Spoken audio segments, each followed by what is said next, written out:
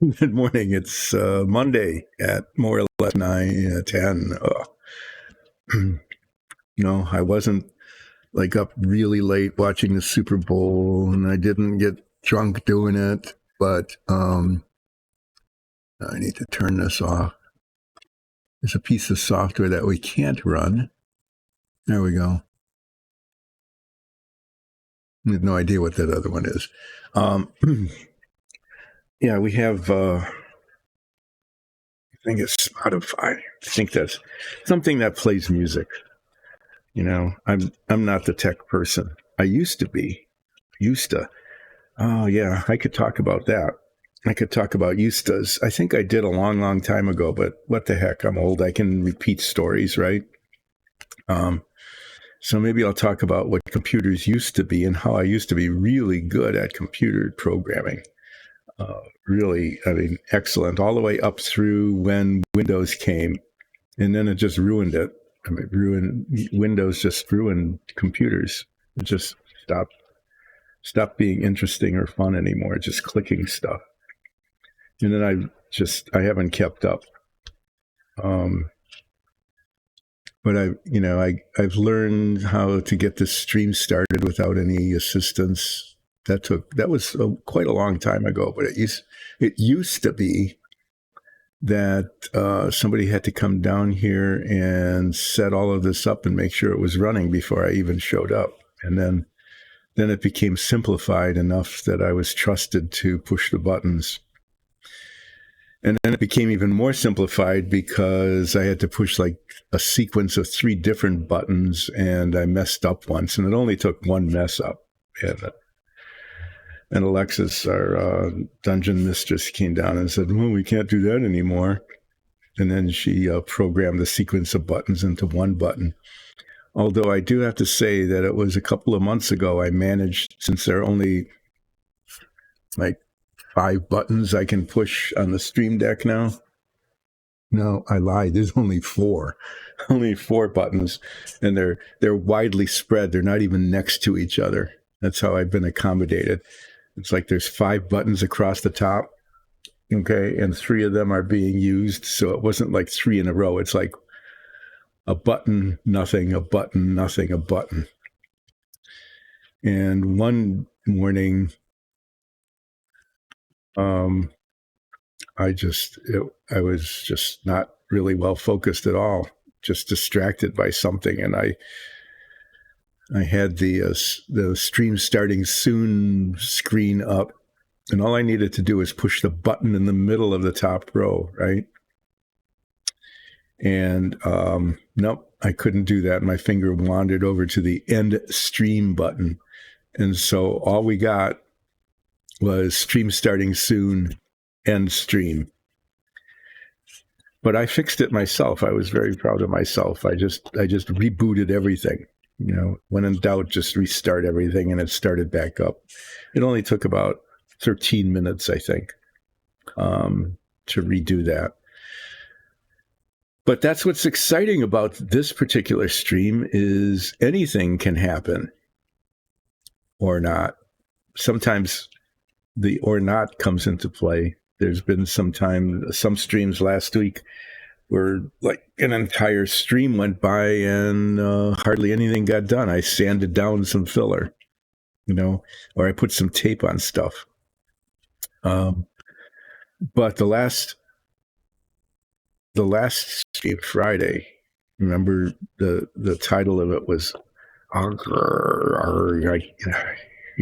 make an R sound, epic fail. And the story behind that was that on Wednesday, I taped all these pieces that were going to be painted red. And then on Thursday, I spray painted them off screen because I've got like a spray box upstairs in a fairly well ventilated area and one down here in a not very well ventilated area. But I went up over on Thursday and in a ventilated area, spray painted the red and found out that the red was translucent and that the little splotches of silver paint that had gotten over the edges, or in one case, all over my hand somehow, the paint has done that in the past. It just jumps onto my fingers and I don't know it. And I touch the side of this piece in particular. So I painted them red. And what happened was that the metallic paint showed through because it was translucent and I didn't know that. So that was the epic fail, in that all of those pieces then needed to be lightly sanded to get rid of the gloss and then reprimed and repainted. Okay. So most of them, 4 out of the 5, I lightly sanded and that was fine. And then I got to this one.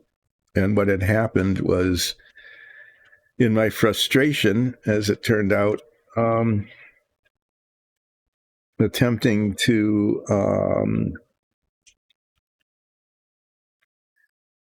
cover up the metallic paint that was showing through, I put too much paint on it, and it dripped, it oozed, and so along the edges, these back edges, there were just lumps of paint that needed to be sanded down because I wanted it a smooth surface, not a lumpy surface. Well, that didn't work. So the epic fail referred to what had happened on Thursday, but it turned out that it was incredibly appropriate for what happened on Friday, because in the process of trying to sand that down, I just got impatient. It wasn't coming off quickly enough. It wasn't smoothing out. So I got some isopropyl alcohol and dissolved it off. But that just started this whole thing of it not only dissolved there, but then it moved over and I had to feather all of that off.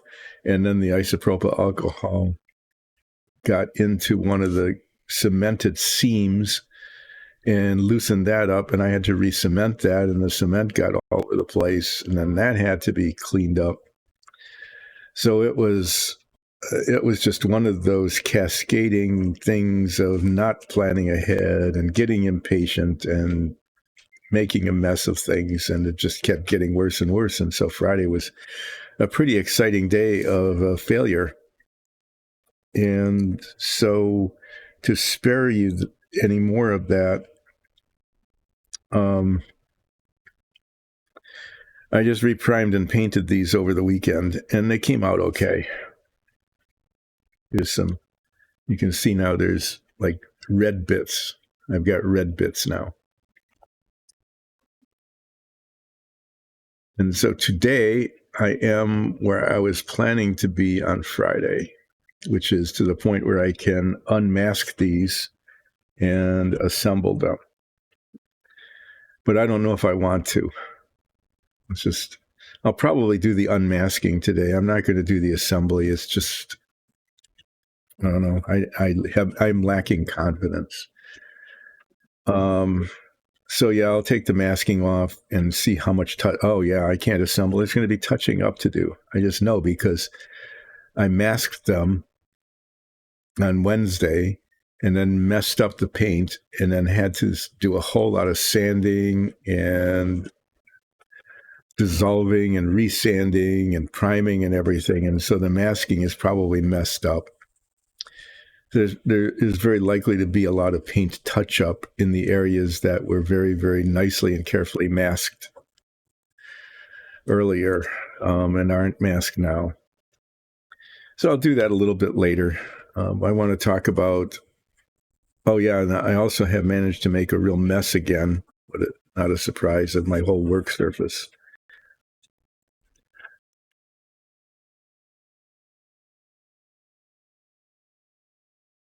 Mr. Porco Rosso. He doesn't need a special cover. I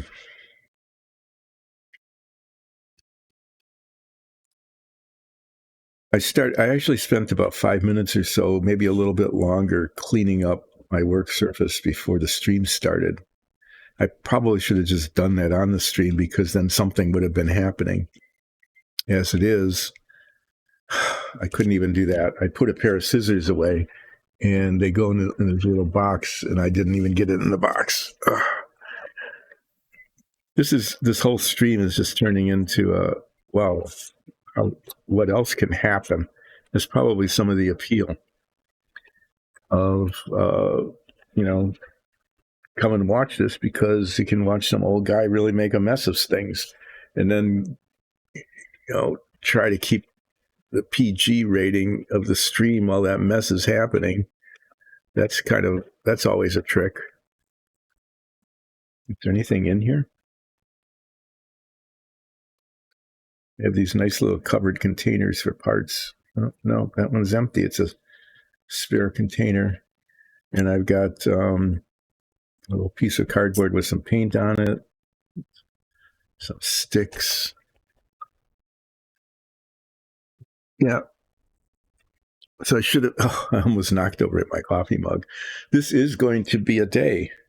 I need to let you know ahead of time that not only is this going to be a day, it seems, but things could happen. I'm expecting a phone call this morning, and it could take a little while. It's a call I need to take. I don't need to tell you about it, but let's just say that I have to take the call, and it could last a little while. It might last long enough. In fact, it will. I'm going to put the start break screen on if that call comes through. I'm going to start the break and have a break while that's going on, because it won't be, I don't need people listening in on a call that would be really boring for everybody and not having exciting stuff happen here, like more oopses. And also there's some family members leaving on a trip, and I asked them to stop in and say goodbye before they left. And they might leave during the stream, and if they do, then I may or may not put the break button on, the break screen on. While I say goodbye. So those are two interruptions that could very well happen during this stream, and they'll probably be a welcome interruption, because it'll keep me from having a disaster happen. Well, what I'm going to do today is, there's several things that I can work on today if I ever decide that I want to get around to actually doing anything. One of them is cleaning up a little more. Before starting anything else, I really need to clean this up again like it had been before I went on my extended little break. So that's one thing. And I should probably do that first, because then I'll have a place to do other things. That's a hint. Okay, that's a how-to hint. Here you go. This is a how-to hint. This isn't a how-to show, but here's a how-to hint. The how-to hint is, if you got a real mess of a work area, it's a good idea to clean it up. Okay, and you may as well then clean it up before you start doing anything else, because then you'll have a clean work surface. If you start doing something else, granted, when you start doing something else, you'll be making a mess, and you've already got a mess. And so, if you clean up first and then do stuff, you'll have a mess again at the end. Well, if you follow that through to its logical conclusion, you would never clean up. Why bother? Because every time you clean up and do something, you make a mess again, and then you have to clean up again. So, I have to say that. You might reach the conclusion that it's futile, that cleaning up is a futile effort, because it will just never end, because there will always be a mess to clean up. Or alternatively, you could say, well, it's just really hard to get anything done when I'm working in a mess. And so, yes, I know that it's futile, that by doing something, I'll make a mess again. But, I might have such a mess, I can't get anything done at all.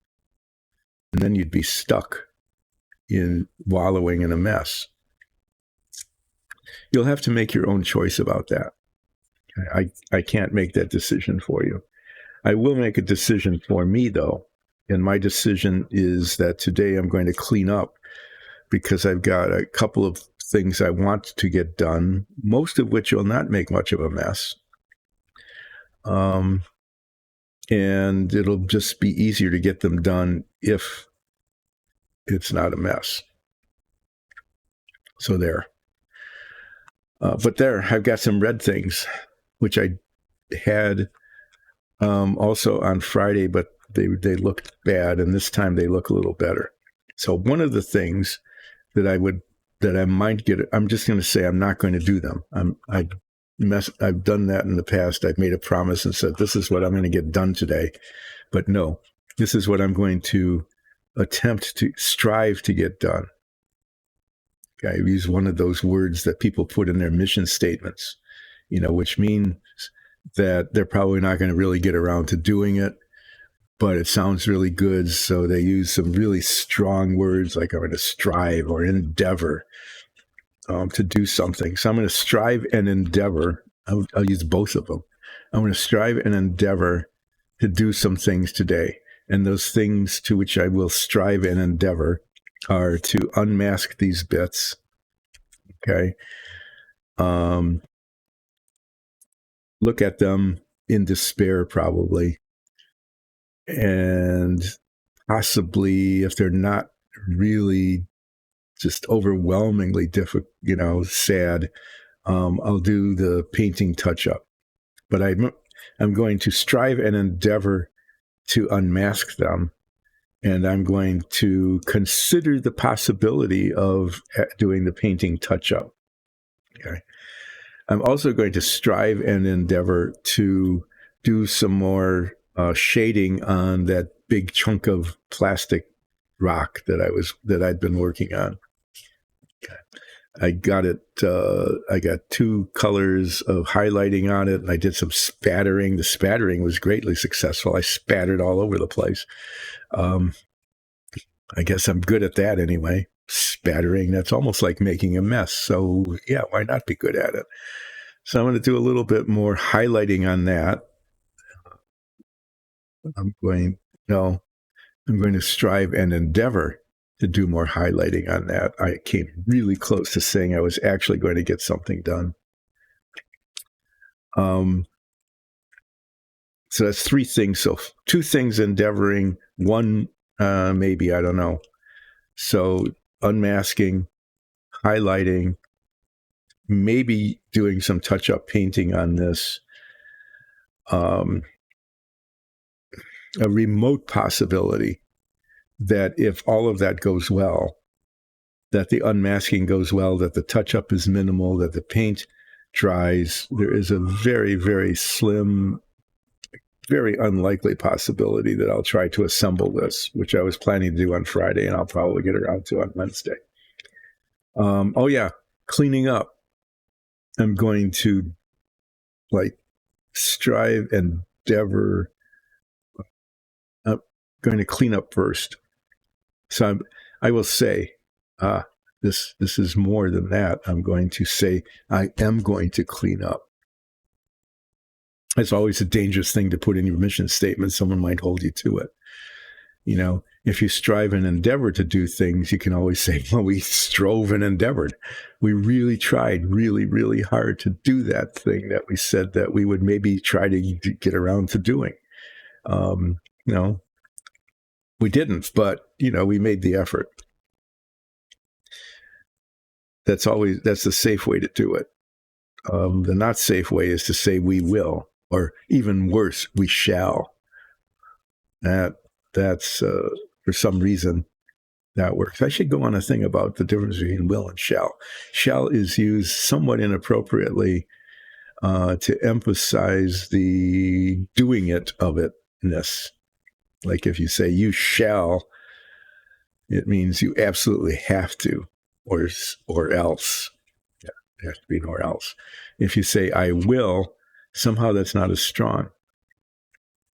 Okay.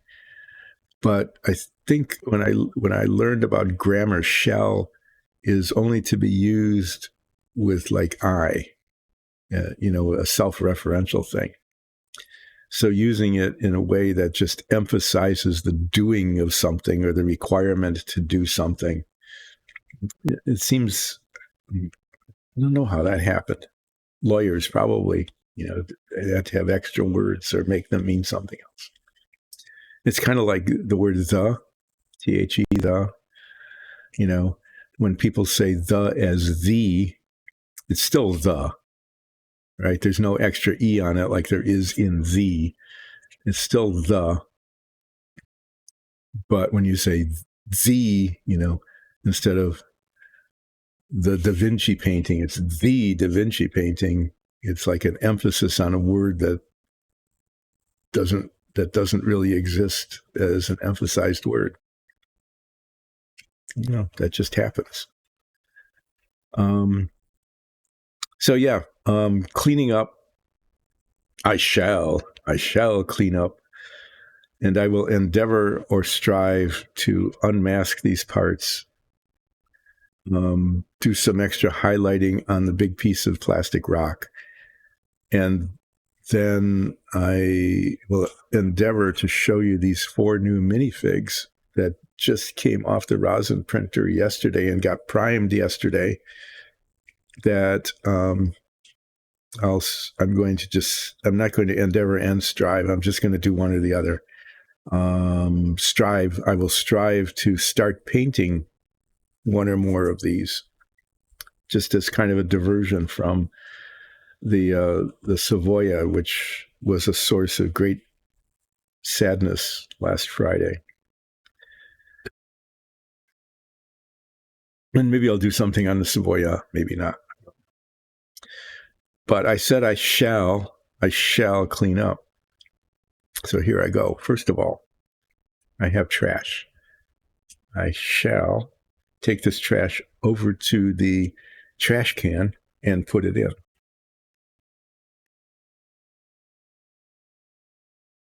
I should have brought the trash can over so that you could actually see the putting of the trash in the trash can.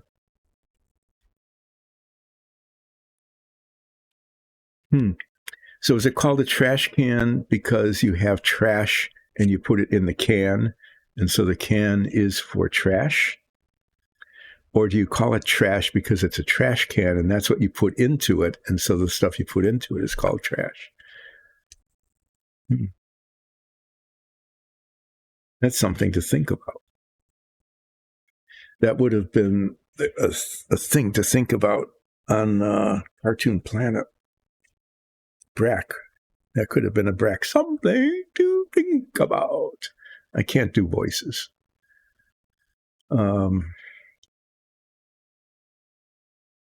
Yeah, cleaning up. I shall clean up. Here's a block of wood. This is my heritage holder. It's like this is a true antique, and I've explained it before, so I won't go through that again, even though I tend to repeat things. Where shall I put this where it's not in the way? Where I want to put it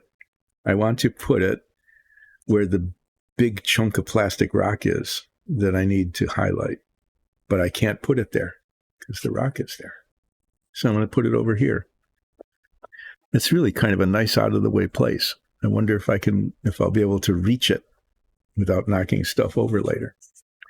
So I've got this really nice box, this wooden box, that was originally the base of a bread slicing thing. There are slats that go on top of this. So you slice bread and the crumbs go through the slats into the box instead of all over the counter.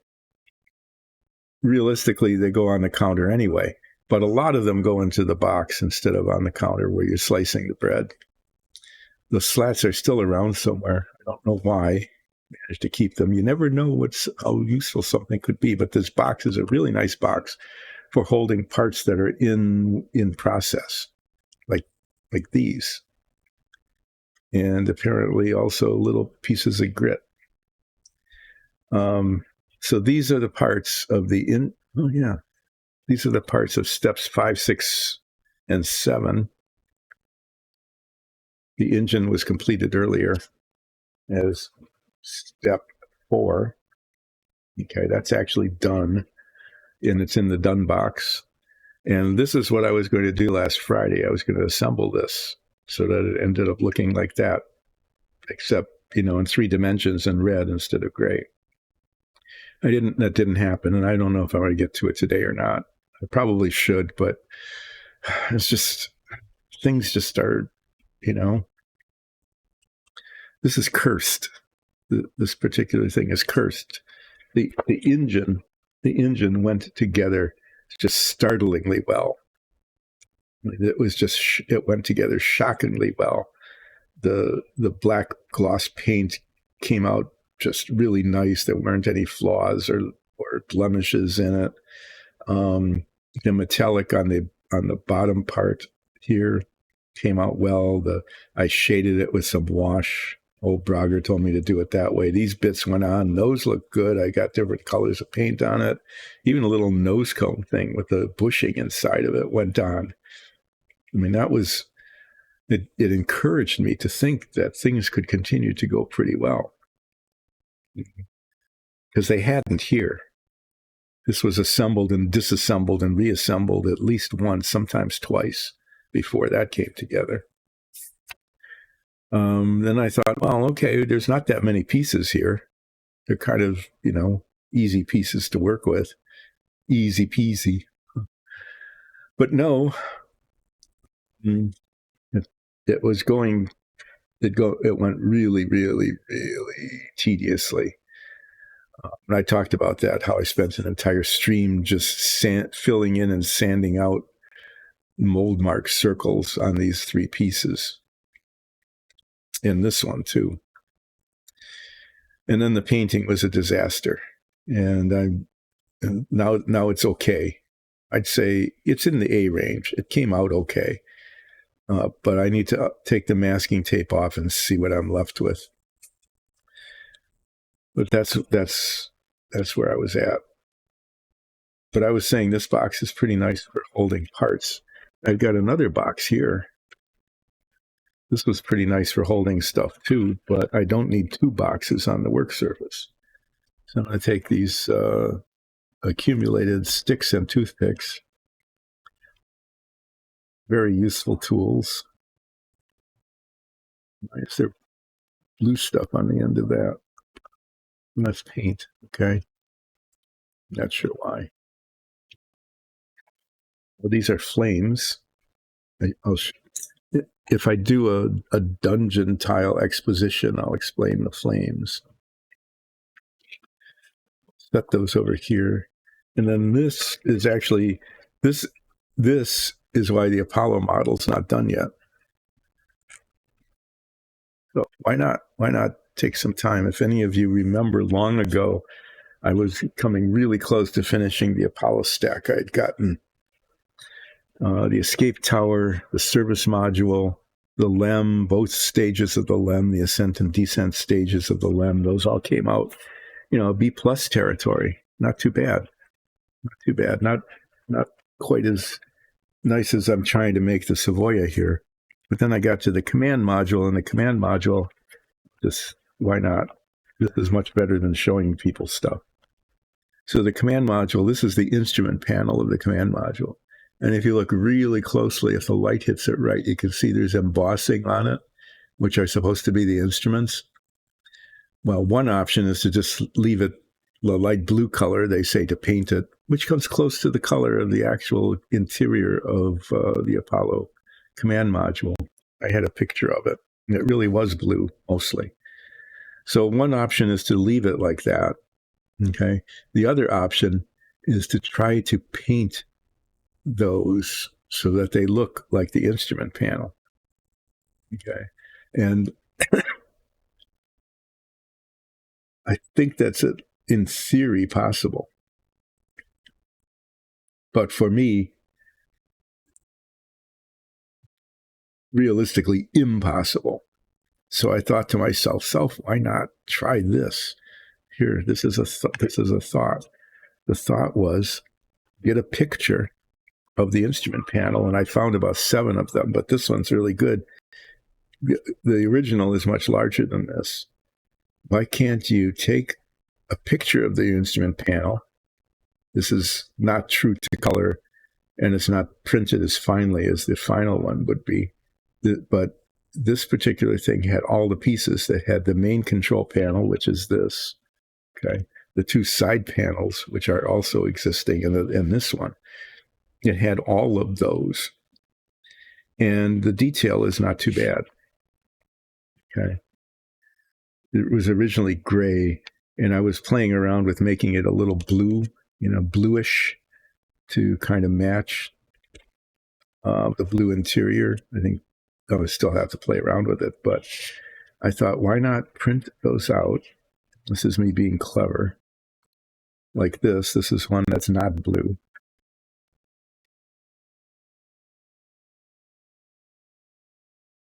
Lots of different versions of it. I was trying different colors. It turned out that trying different colors was a failure because the yellow ink in our color printer wasn't working. And so this was supposed to be green, this kind of bluish thing here. That was supposed to be orange, where it is pink. I haven't printed them since, but what the intent is to get it to fit kind of like this, okay, and print it on sticky back paper, actually make a sticker, and put it on the instrument panel. And then the instrument panels, because there's more than one, if I can, stretch it out a little bit, get maybe some photoshopping, playing around with photoshopping, but this would be a sticker and then it would go on there, like that. And then the instrument panel on the inside would look kind of a whole lot more like the real instrument panel than that, or the mess I would make if I tried to paint it. And that I think that intent started like back last November or something. It's been maybe even longer. So I got this far. I got as far as finding the picture I wanted to use and testing it to see if it would actually work. But I never got any further. And so the Apollo command module, the last bit of the Apollo, is just going to sit there forever until I get around to doing some photoshopping of this and getting it to match the oh, that's what it is. See, the real instrument panel is kind of cut off there, and this comes to a point there, which is why that doesn't fully cover. I should do some test fitting at some point, sometime in the distant future. As you can see, it's it needs a little bit of manipulation in terms of its like angle. I need to test fit the pieces to see, because there's these side panels. The side panel might actually come right up to that, and then I don't have to worry about that corner. But I don't know that for sure. Anyway, that's the forbidden word. That was one of my New Year's. That was one of 2 New Year's resolutions, to not use that word all the time. But at some time in the future, I will get back to this, and I will finish the Apollo, which is sitting there in maybe 6 separate boxes. Each component of it is in a different box. As they were finished, I put them in boxes, except for the escape tower, so that they just didn't get busted up and dusty. I don't know what I'm going to do with it when it's done. Just like with the submarine, it's too big to display. So this, I'm going to put this. It's just been sitting in my to-do box for a long time. You can see I've used this as a holder for painting. It's been in my to-do box for a long time, and I haven't done it. But I'm going to, in the process of cleaning up, put this with the Apollo model. That's what I'm doing now, putting it in the instruction.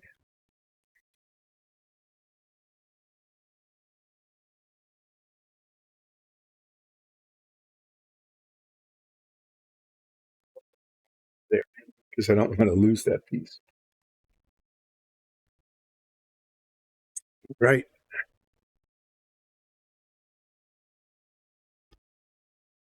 Well, I moved the box. And I moved that box so that I could move this box to where that box had been, giving me a empty work surface. One final thing I need to do, though, is move all the brushes out of the way because they were up there. Marks was.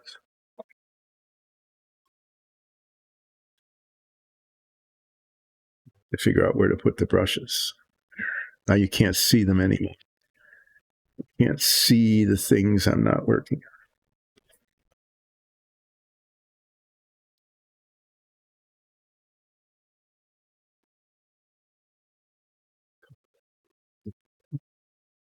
And put the instruction manual on top of it. Here you can see I've moved it there now.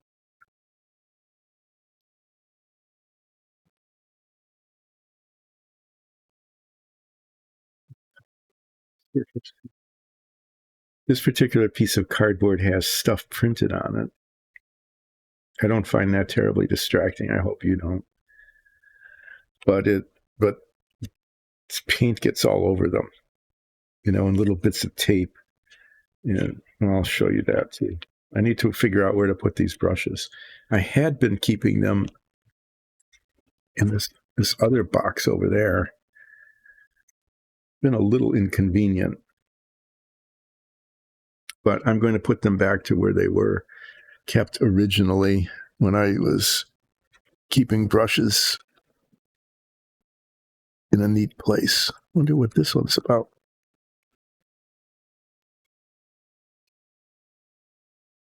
Oh, one of those little protector tubes. I have those in this other box. Oh, I remember. I was using this brush. This is a really, really crummy brush. I was using this brush to brush on contacts. I kept it because I might use it again to do that.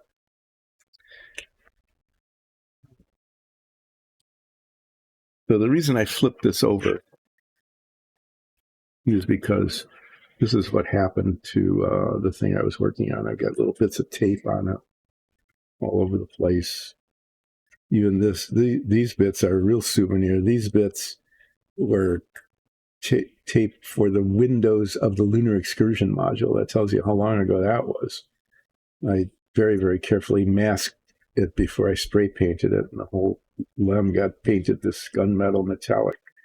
And as I was pulling off the little bits of tape, they got stuck here, and now they're stuck. This is a recent addition. This is the mess that came from painting the mountain.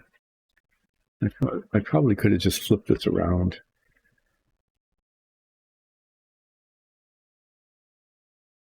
Yeah. It's not like I can't get more cardboard, right? Boxes are arriving constantly. Well, that's pretty good. I said I shall clean up. I said that. And I've almost completed that task. I said I was going to explain these a little later, so I'm going to keep them here so I remember to do that. I've got a whole lot of extra paper towels here now. Those will be useful, I'm sure. And sort of the last step is this box that was very handy that was over there holding stuff that I'm not using anymore. I'm going to very not carefully at all toss aside.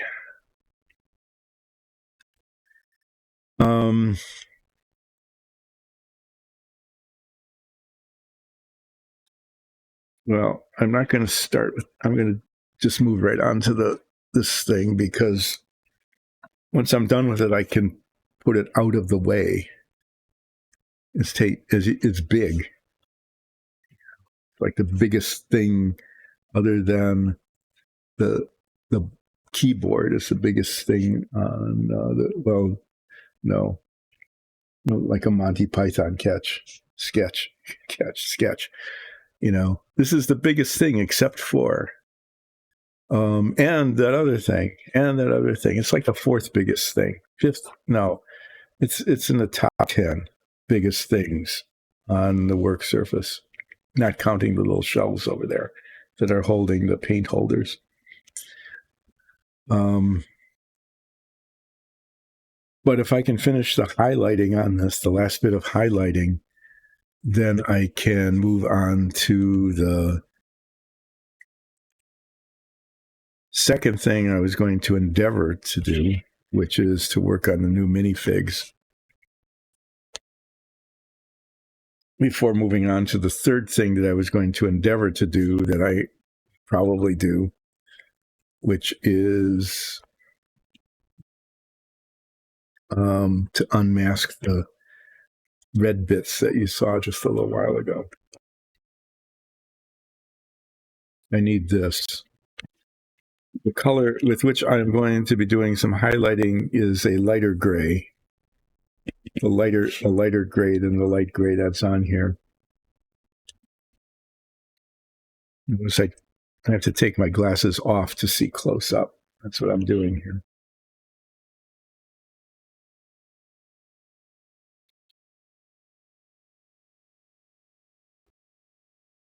It's really good. I've used up 45 minutes of the stream, and all I've done is move some stuff around. I used to be really good at that. I used to routinely use between 20 and 30 minutes of not getting anything done before starting to do things. And then I kind of lost that. Somehow managed to lose that, and I was starting to do things within 10 minutes of the start of the stream. But that was back when I was scheduled to go from 10 until 2. That turned out to be a really inefficient and ineffective schedule for me. So now I'm going from 10 until 1, usually with only one very, very, very short break compared to the I'll be back in 20 minutes, and then I showed up like 40 minutes later breaks I used to take. Another new style.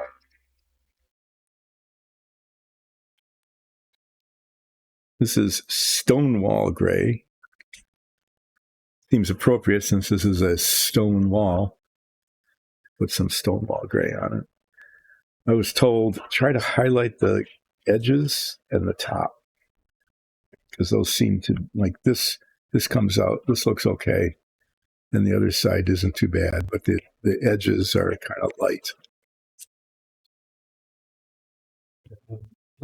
Use this big brush. This is my stiff bristled dry brushing highlighting brush. It's worked so far pretty well. This takes a lot of paint, which is fine when I was working. These colors were colors I was using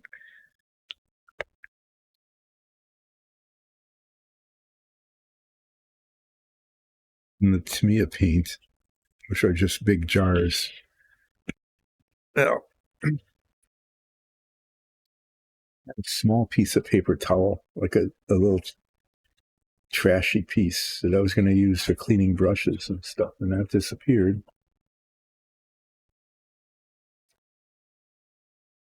I'm going to use this, get paint on the brush. Then I want to dry brush it, so I'm getting most of the paint off of the brush. It's how dry brushing works. You put paint on and then take it off. And that's very light.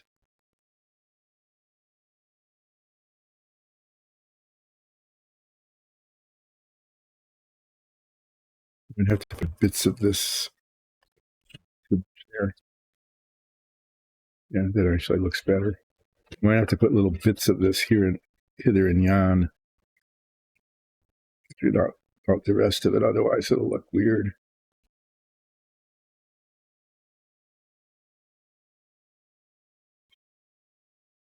It said it used lots of paint, but I lied. It doesn't. It uses hardly any paint.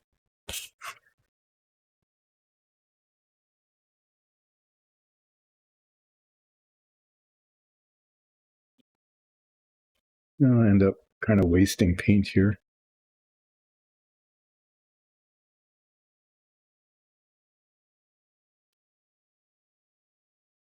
It isn't quite as wasteful as spray painting. I'm always amazed at how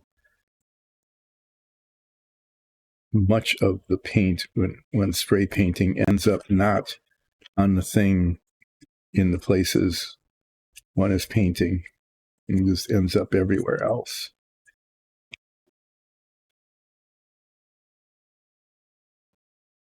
Airbrushes are not quite as wasteful because you can tune them down to have it like a narrow stream.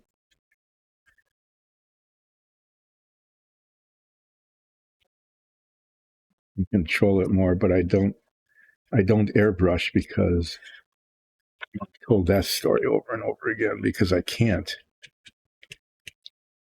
I just can't. Airbrushes and I are not compatible.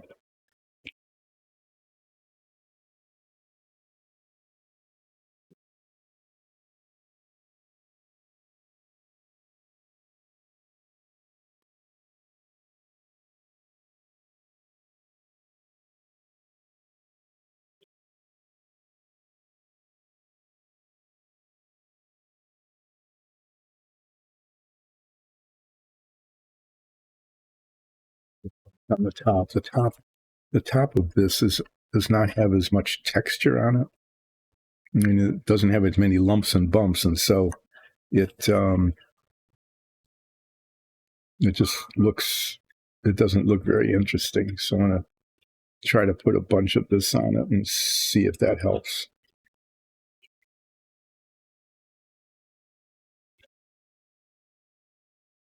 I ended up just squeezing out way too much paint.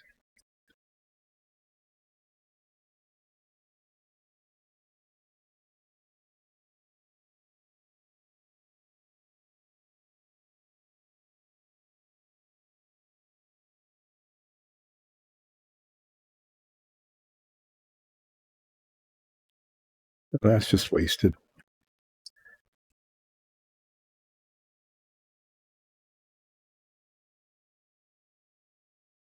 When we during the COVID thing, it was really hard to get metal paints.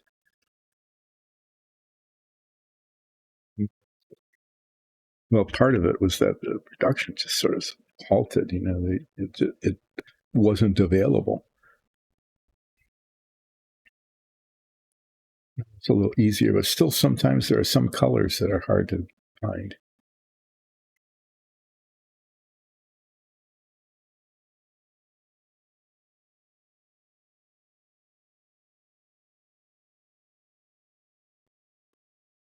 Yeah, this is coming out okay. Just brushing in one direction is kind of like like the sun is coming from one side. I'm going to make up a story about what I'm doing. Like, oh yeah, I'm trying to make it look like the sun is coming from this direction, and so it's all brighter on this side than the other side. And yes, that's a lie. It's just I'm right-handed, and so I'm brushing this way.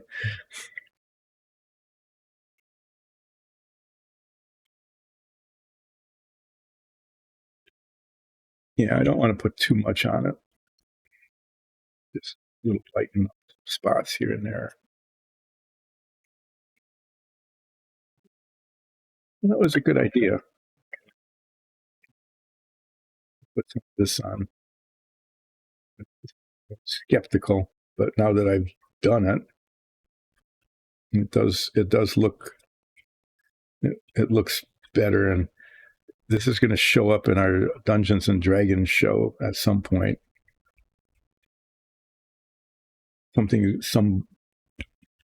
Hi, Aman.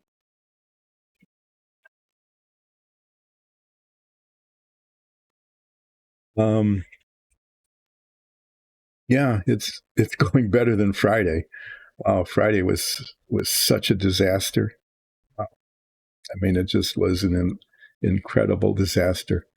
But I recovered it over the weekend, and I got the parts that I messed up on Wednesday. And the one part that I messed up even more on Friday, I was able to I fixed it over the weekend, and they're okay now. I mean, they're okay in that they are usable.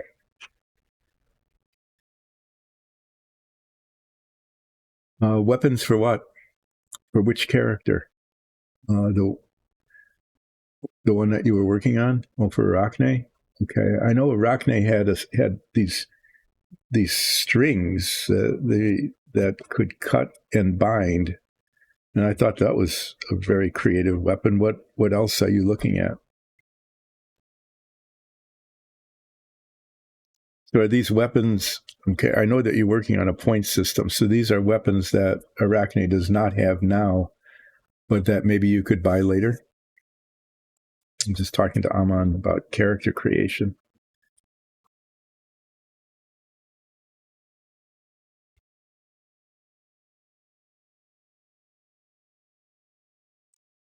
Okay,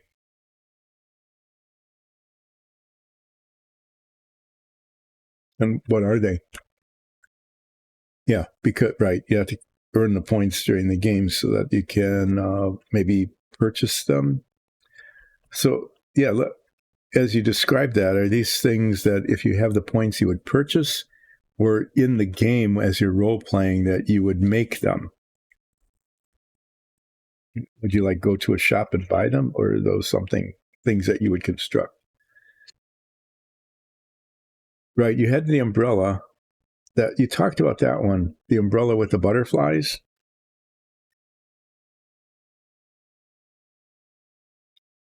Okay, I'm done with this now, at least at the moment. That really light gray, that that was a good idea that Alexis had and Nicole suggested, is to use a lighter gray and highlight the really high points. Mm-hmm. So she uses that time to do, if she has the points in the game, if she has the points, then as you role play the game, then she would make these weapons or enhancements to the weapons. And okay, that seems good. So, so you talked about the umbrella and the butterflies. What else would the umbrella do?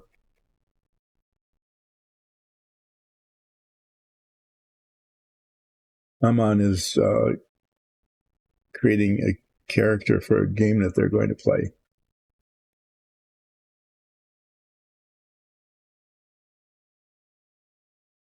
Okay.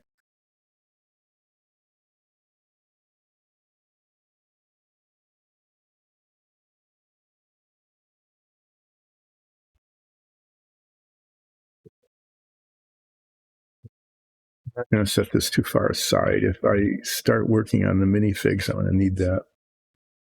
So they're going to make the prototypes.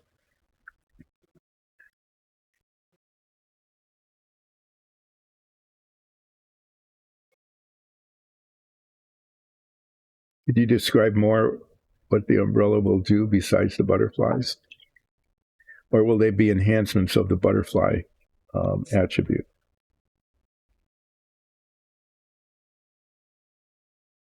This stream is a Dungeons and Dragons stream, and so I really enjoy it when people come on and chat and they talk about not just Dungeons and Dragons but similar role playing games.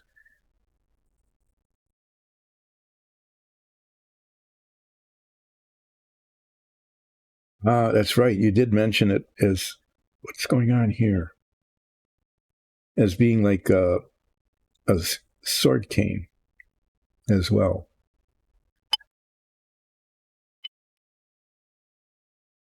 You have uncovered some long latent paint that was in the base of the bristles of this brush.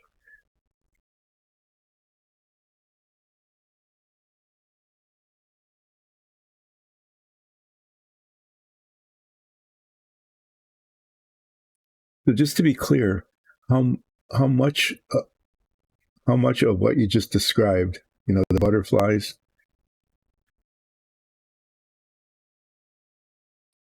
How much of the of that uh, does she already have, and how much of it are things that she's going to develop as she gains more points in the game?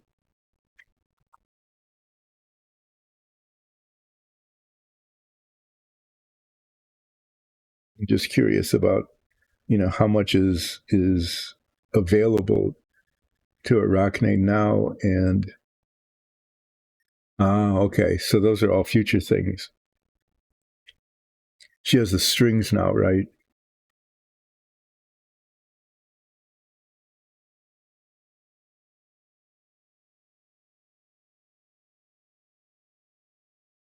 Right. Okay. The strings, I think, are gonna you're gonna find that they are a really cool weapon. You might end up using them more than anything.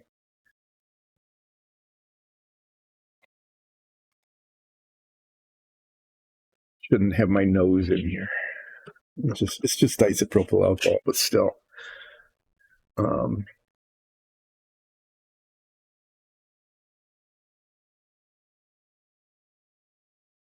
this brush had been here, and then I put it somewhere else. Huh, there's a second one of those. I thought so. More trash that I'll put over to where the trash is going to go. Um, well, so far I have accomplished.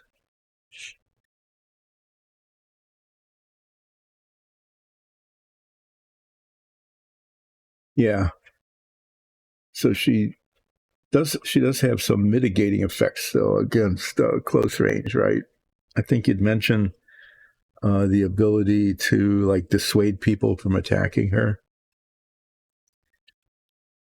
But that's like almost any other ranged uh, weapons user is that they're kind of soft targets. We have in our group we have a bard. Bard is pretty squishy, as they say.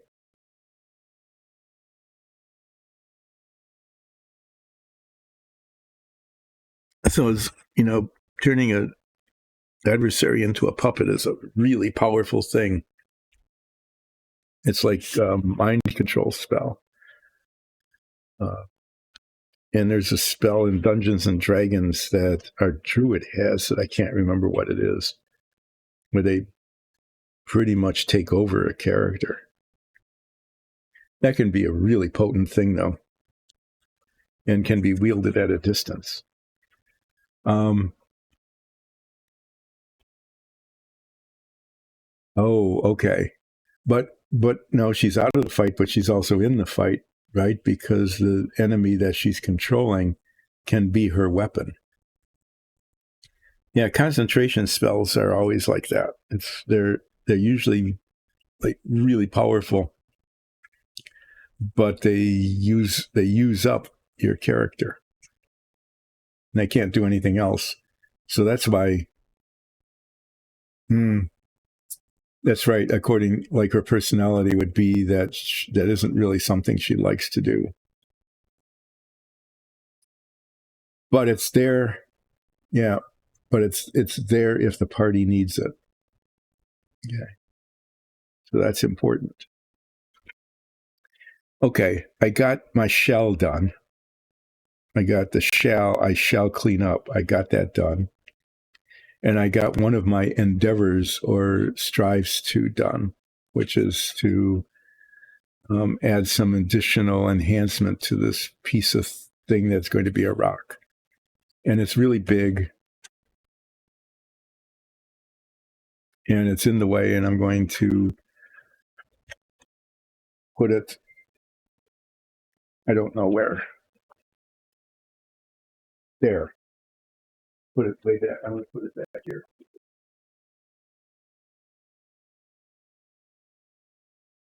You can actually see it in the background. It's right in front of the UPSs. So one of your new draft weapons are drones.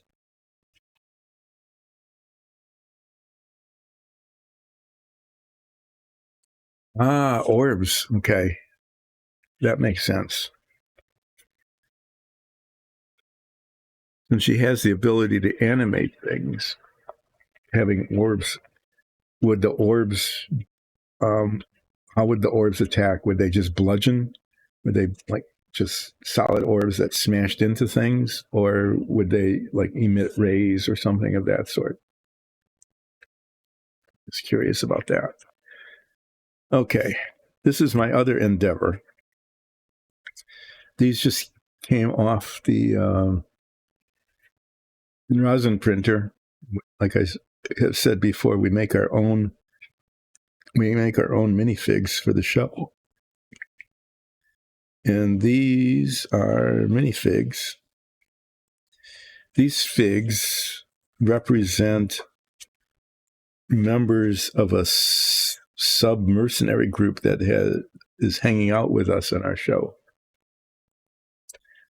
Yeah, I like that. Just simple bludgeoning weapons, and it just really makes sense that if you're animating something that they would just do that. Okay. Keeping it simple like that is really, that's really nice. So this is, we're in our Dungeons and Dragons show, we're a mercenary, we have joined a mercenary guild or group called the Company of Blades. And we got a cloak and a pin, okay, that little insignia that we have, which is, nice to have. And in addition to that, there are other groups of people who are also part of the Company of Blades, and they are somehow accompanying us on our latest adventure, which involves, of course, going down into caves. And one of them is a group of dragonkin that I painted once before. I painted them kind of, I don't know, comically almost. You know how there's red dragons and green dragons and black dragons and, the primary colors. And so I painted them that way. And they ended up looking like Power Rangers. Yeah, the cutting strings, I think,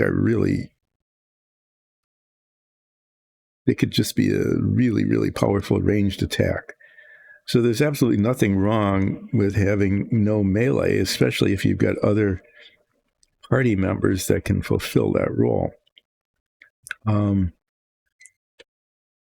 this is another group. They're called the divorcees, because apparently each one of them was divorced at some point, and they just found each other, and they formed a mercenary group. I'm not trusted to know anything.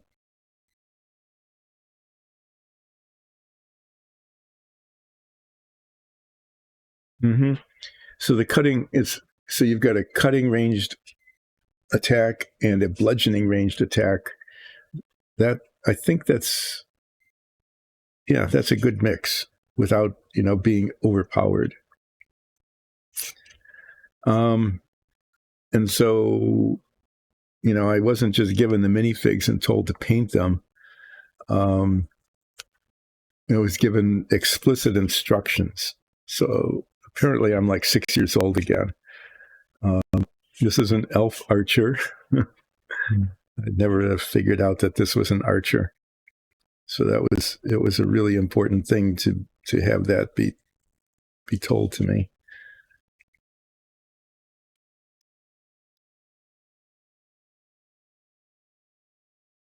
Just I'm picking up little flaws, little bits of rosin that's sort of hanging on that are going to show up. They're going to show up in the painting they don't show up in the priming.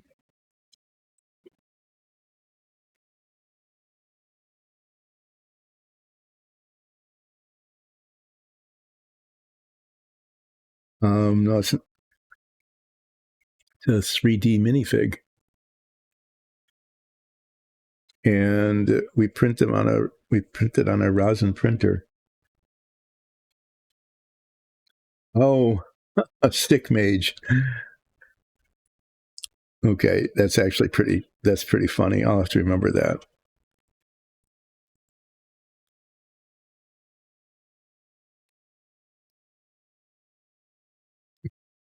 Well, and that was hilarious.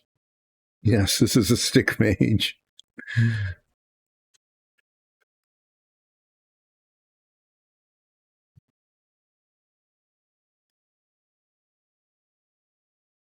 I might. Okay, there's little bits of strings. A good thing I'm doing this before I started messing around with it and painting, because there are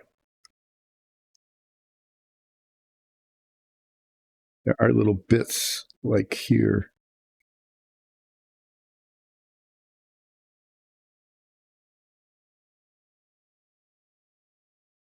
to be there. I have to look at this through the head magnifier. Excuse me while I do this. While I have these on, it's going to be hard to read the chat screen, but before I start painting these, sometimes if there's little strings that were support strings or just pieces of rosin that sort of stuck to it, that's definitely not supposed to be there.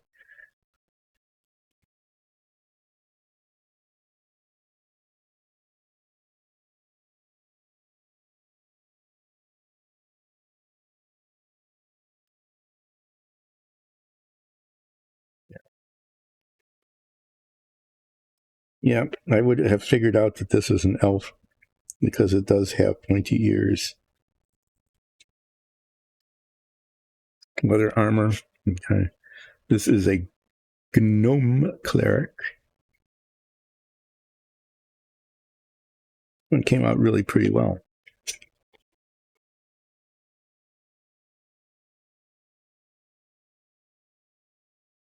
Anyway, I try and that's the forbidden word.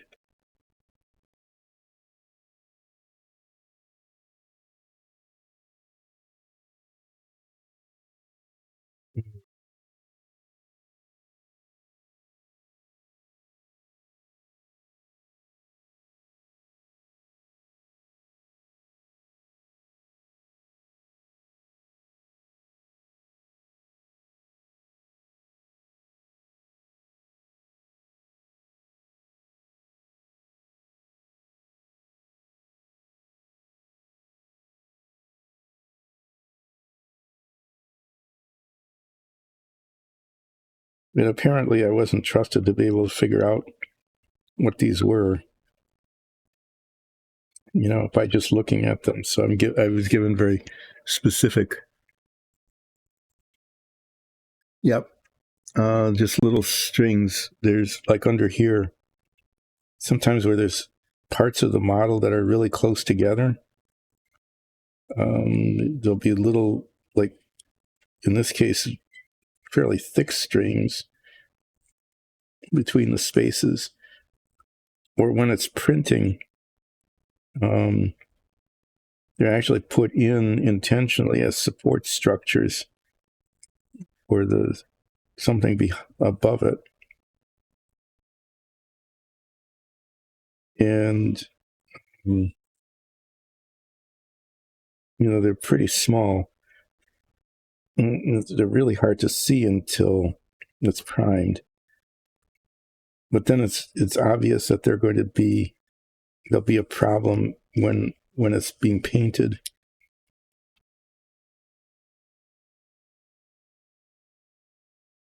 And usually they're designed to come off. They're designed to just break off, which means that they're pretty easy to break off. Sometimes, like this one that was under the arm, a little bit more difficult.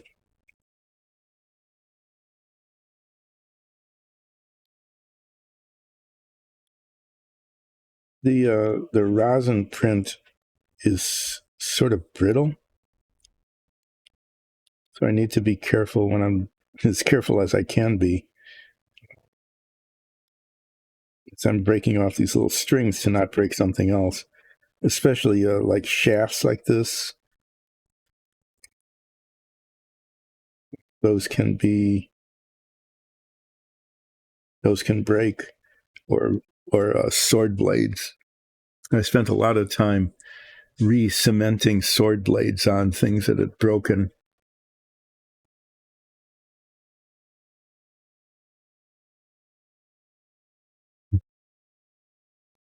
Yeah.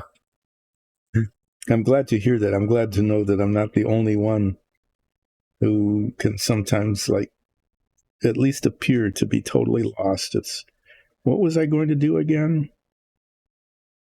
Well, this one had a whole bunch of these little things on it. Kind of surprised. But usually the detail on these, I don't know if it'll focus or not. Yeah, it does. Sort of in and out of focus. Yeah. Okay. The detail on these is really good.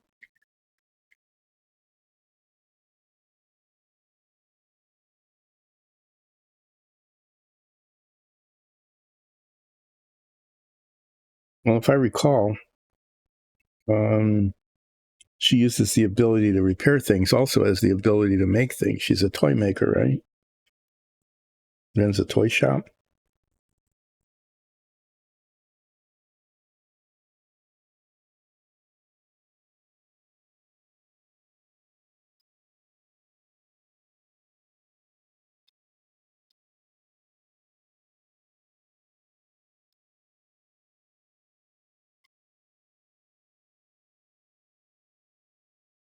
Be painting these minifigs. I don't know if I'll start today or not. I might get started today.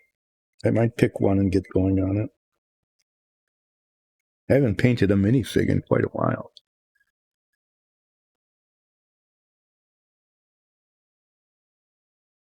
But I know she takes care of the toys and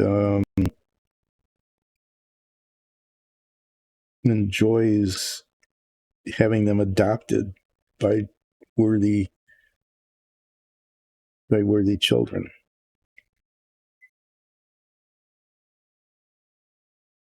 Orcs. I might start with the orc. I might just do that. I haven't painted an orc in a long time.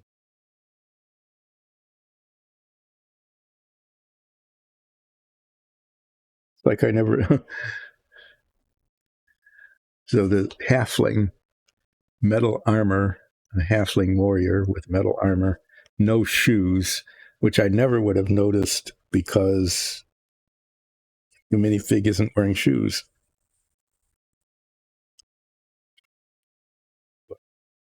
I have been well warned. Okay, so this is scale mail. Scale mail. That's pretty funny. The scale mail is like a dragon leg. It has little claws on the bottom. That's pretty cool. That will show up, but the scaly does. So this is going to be interesting. I'm going to paint it probably a light metallic, like white aluminum or something, and then put a little bit of a dry brush wash on it to try to bring out the scale pattern. So it's metal armor, but obviously this little skirt thing is not metal. And it's got a little tassel on the bottom, so that demands some sort of like edging.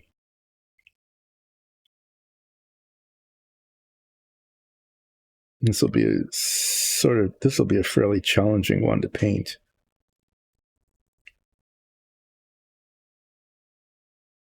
And then the sword has runes on it, and we're going to want to highlight those somehow. What this is looking like is this inner part would be painted a darker color, and then a lighter color, like a dry brush or something, applied over it, maybe to make the edges and the runes show.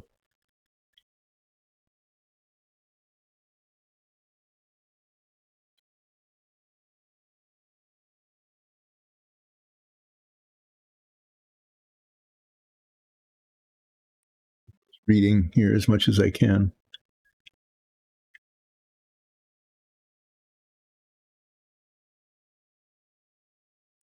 Oh, okay. So you could have like a swarm you could do an AoE, but the damage effect is spread out.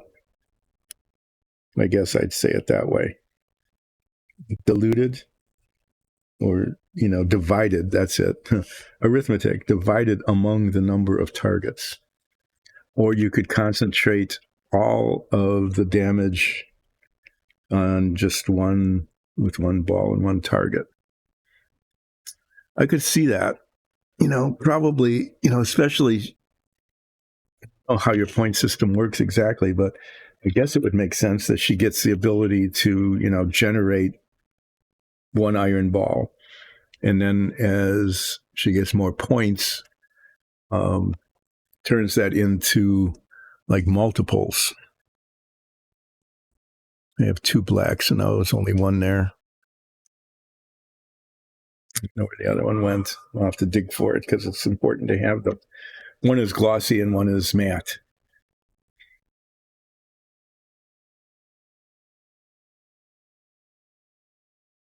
Yep. So she could develop that skill, at a low level, a very simple level, and then it could just grow and expand as more points are applied to it. That seems like it would be fair.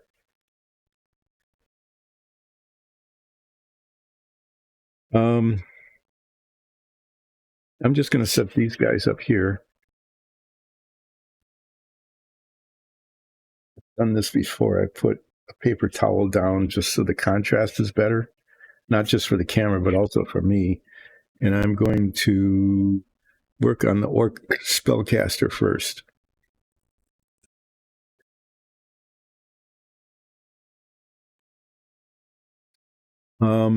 Yeah, hitting the target.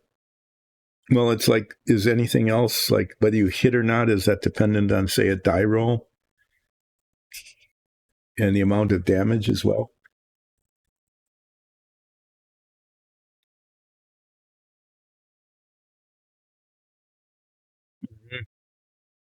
Yeah, that seems fair. That they wouldn't be like an insta hit kind of thing.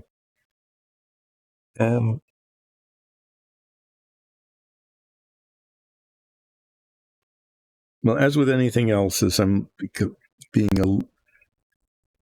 I just saw something there that I didn't see before. I have to check this out. Okay. So there's an attack roll and a defense roll. No, those are buttons. Never mind. They look like it was a flaw, but I couldn't tell with like this. This is why these head magnifier things are really good. Back ages ago, when we played Warhammer, I don't know if anybody remembers that. It's not the Warhammer Mecha. It was the original Warhammer with orcs and elves and lizard people. I did the orcs and goblins. And, just like now, trying to see really fine detail, like painting little buttons and stuff. Okay, those get multiple targets. Okay. So one would be actually doing damage to one target. One could be dividing the damage up against multiple targets, and the other would be like a crowd control suppression kind of spell. And you're just basically pelting people to try to distract them while somebody else maybe is doing a melee attack. Yeah, I could see that. I could see this weapon, starting from something really simple, and as you build it with your points, becoming really a very, very effective,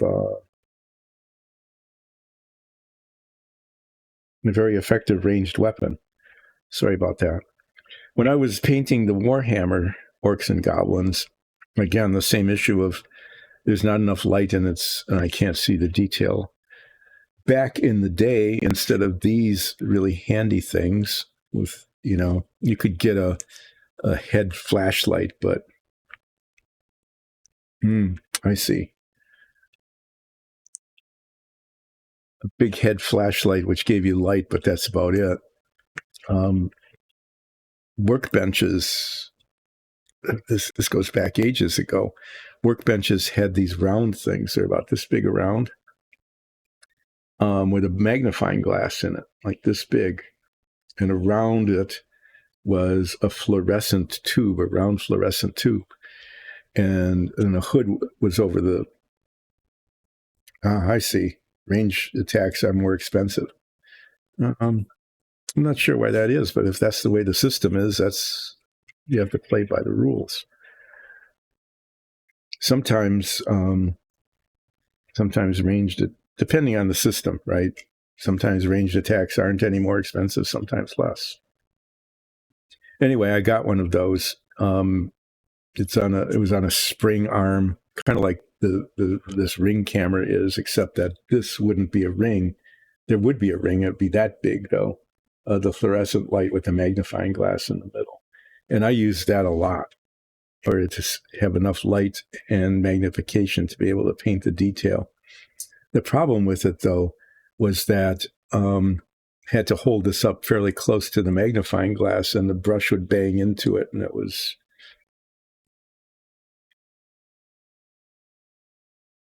Oh, I see. Okay. It's an upgrade. The distance. The distance is an upgrade. That makes sense. In some systems, in some D&D systems, the distance doesn't cost more, but you end up with less damage. Like at a certain point, your ranged attack does half damage or something of that sort. But these are really nice. I mean, they look silly when they're on your head, right? But it's got this little LED light that points right at where you want the light. And these lenses come in like 5 different levels of magnification. I've settled on the 2x. And I can usually get it to focus pretty well. Now, at some point, probably today yet, I'm going to start working on the Orc Spellcaster. I'll need to find some colors. The skin is...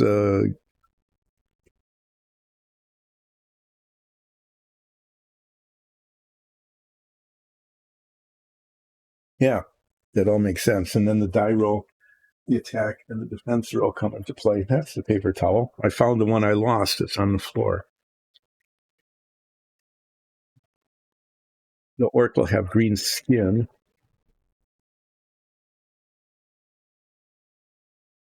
Be sick green.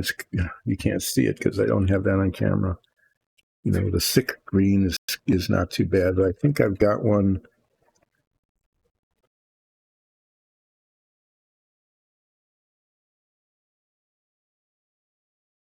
There it is.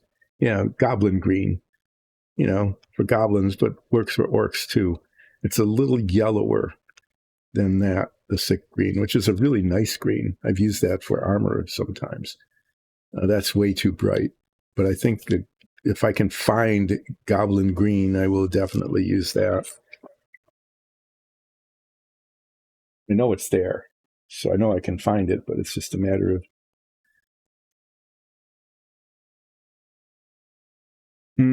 Yeah, I can see what you're saying is that initially, well, that makes sense too, that in terms of role play, that your character wouldn't have the skill necessary initially. Yeah, what I've done, this is a thing I should just maybe explain what I was doing. I'm not a member of the Gemological Institute of America, but I somehow or other got hold of one of their ring binders. Is what I have found, and everybody will find this, is that the color of the paint, the color of the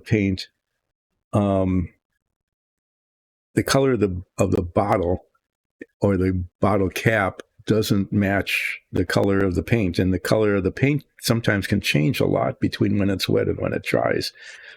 And so I made a paint chart, just lines of paint. They're different. Initially, we had some different... Yeah, a reference for the dry color, because some of these paints change dramatically between when they're first applied and when they're dried, and the bottle caps or the bottles themselves sometimes give you no clue except that it's red versus white, kind of not quite that extreme but close to it. And so and then we had a couple of different washes we were experimenting with, and so that's why there's different colors here, like this leather brown. That's with a brown wash and that's with a black wash, just to give some idea. I kind of stopped doing that after this sequence, and I probably should make new ones because this is getting really beat up. But yeah, this color chart turns out to really be very helpful because you can see what something's going to look like. There's like white. There's three, yeah. Browns change a lot. Oh, yeah, browns especially change a lot between the application and the color. They tend to get darker as they dry. And then sometimes you're not really sure, like these blacks, which are down at the bottom of the chart. One of them is not advertised as glossy, but it's much glossier than another. Like here, okay, these are Vallejo colors. One of them, they're both black. Okay, that's just the name of them, but one is a game color and one is a model color. Well, the model color is just this flat black. It just absorbs the light. It's a deep, deep black color. But the game color is actually glossy. And so this works out like if you want black boots that are polished black boots. That works really well if you just wanted that. And the metallics are different shades as well. So yeah, it's not very sophisticated, but it works. Or whites, like this dead white versus just white. You would think, I don't know, why dead, right? But it covers better and it's very more white. This has a little bit of brown in it almost. So I refer to this color chart frequently, especially when there's many different shades of brown or shades of green. A whole bunch of yellows and reds. Some of them have a little gloss in them, like the bloody red. So that's kind of neat for fire effects. But anyway, there, use that word again. It's all falling apart. It probably needs to be redone, but it's not a high priority. Need to decide. So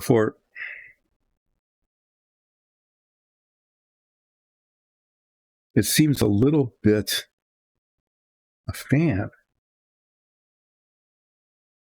Okay, okay, so it's a little bit like the poison tip sword cane. How far out does the poisoning cone go? Is it like a spray, or you just like that? This is an orc, but it's a spellcaster, and I'm thinking a spellcaster should be a little bit flamboyant. Okay, so even though the clothes might clash with its skin color, I'm thinking of using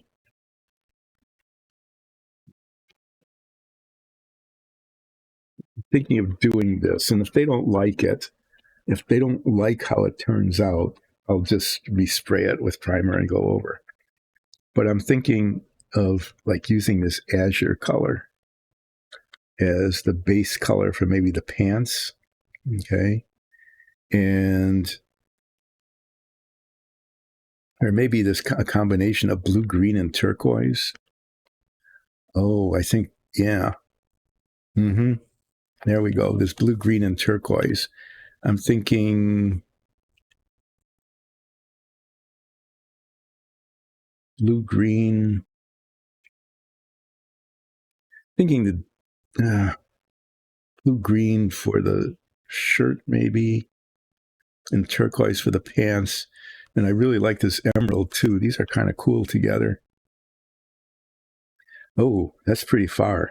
That's pretty cool. I might use like this emerald.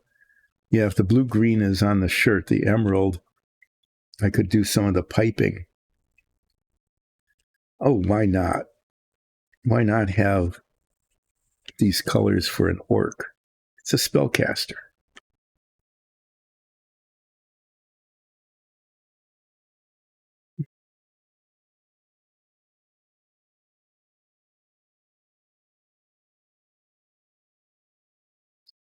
Color hair. What color? I don't remember that the orcs that I painted before. The hair probably should be like a dark gray, maybe a gray with a dark wash on it. Oh my. Um, oh, you have to be really careful with that then. Yeah. I like systems in which the damage actually applies to anybody in the target range, including your friends. Kind of like Fireball, right? You know, classic. If you throw a fireball, it doesn't matter if you're friend or foe, you get incinerated.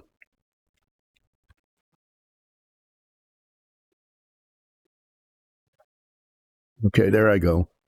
I haven't knocked anything over in a couple of minutes. So there,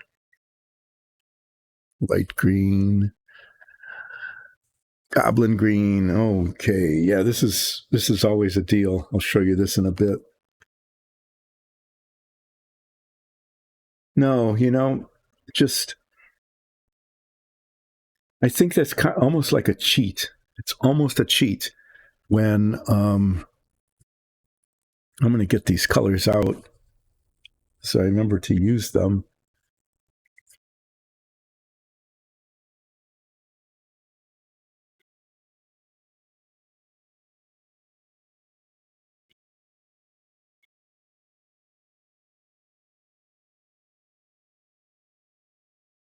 Um, Sorry, I was just thinking about the colors here.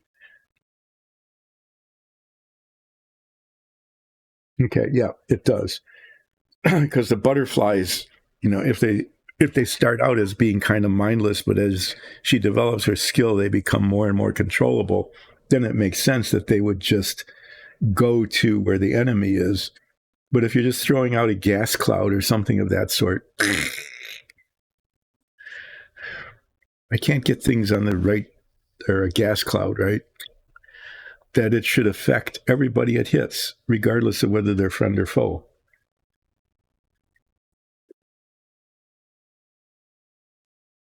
It's always kind of a cheat when it doesn't. Um, so that kind of, I play World of Warcraft because I started playing it with my kids when it first came out. Right. I mean, it doesn't, if it's an aerosol, it hits everybody.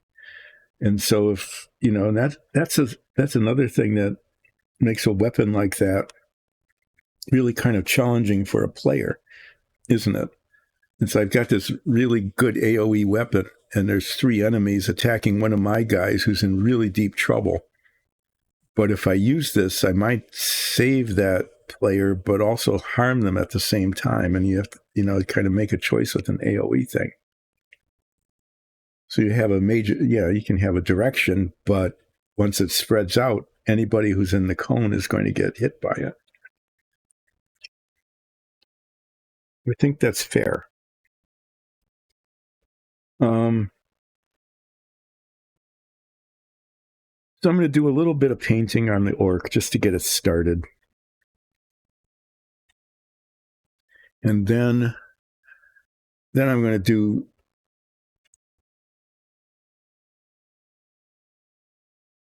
she's okay. The third option is a spell book.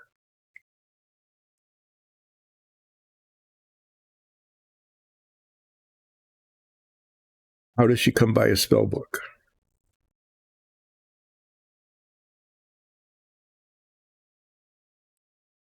I mean, like one use forever, or just one use until maybe a long rest or something of that sort.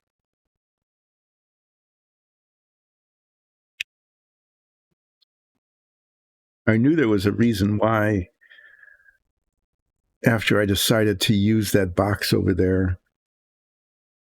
Oh, okay. Until that particular thing is done. So I imagine they're fairly powerful, but they have to be used sparingly.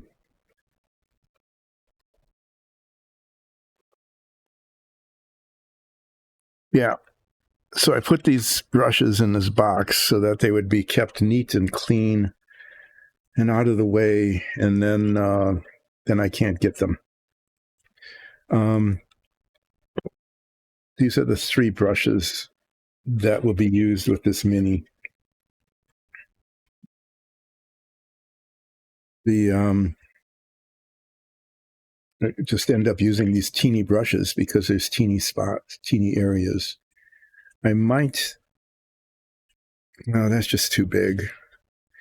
For covering a broad area like the pants like that, sometimes it's okay to use like a slightly bigger brush, depending on which gets painted first.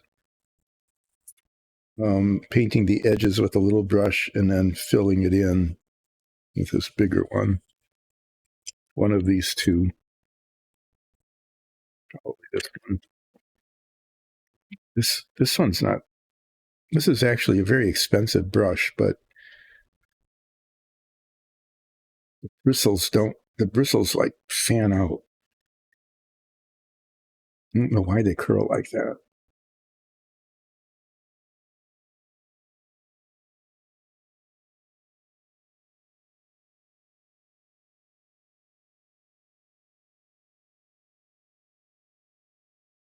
Let me ask this: if she's a magic inventor, does she create her own spells, or is there a limitation um, based on a spell book that comes with the game? How much discretion does she have in terms of her spells? Well, I ended up pulling out half the brushes, so that was kind of. I'm not sure that there was any point to that or not. Um, but when painting, yeah, I'm gonna have to paint the skin first.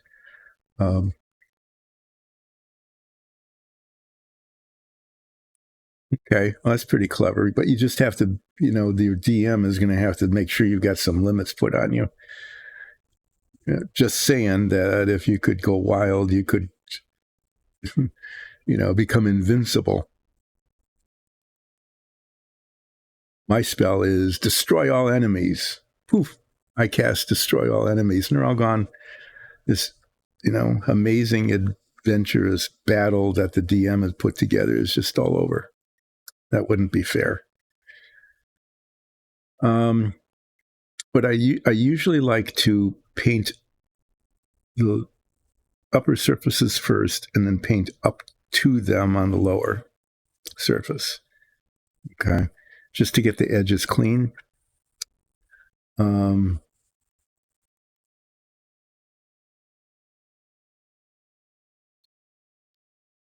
Nicole likes to go the other direction, which is to paint the undersurfaces and then paint to the edges. In this case, I'm going to be painting the skin.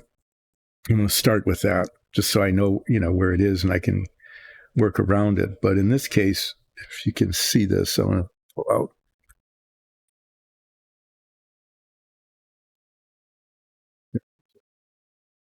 Highly sophisticated pointer instrument, toothpick.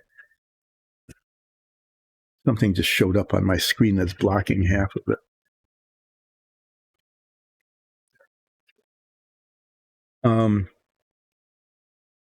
On the arms and the hands, the skin is lower, and I could pretty easily paint up to it, I think. But here, there's no way I can get that paint in there without getting it all over everything else. Yeah, you don't want to be overpowered. I mean, level 1 is level 1, right? You don't want to level 6 something or other, or the equivalent of it. So I need to get the paint into all these nooks and crannies, okay, where the skin shows.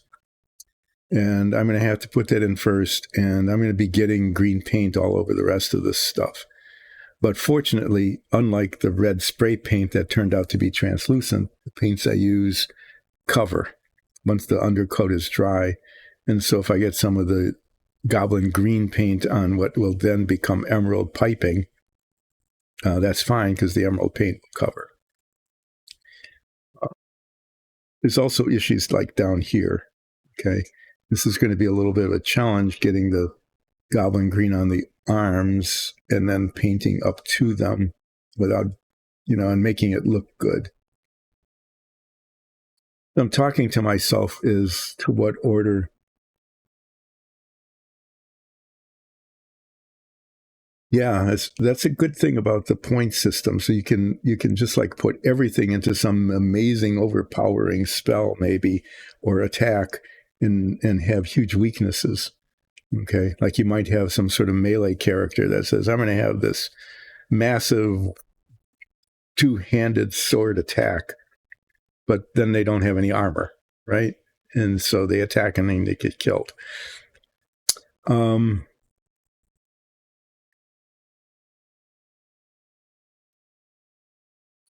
I'm going to use the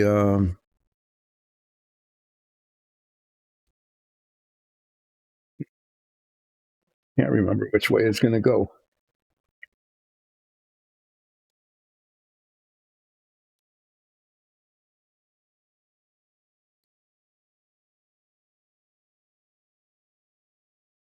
I'm looking at my color chart because I knew I was going to do something, but I didn't.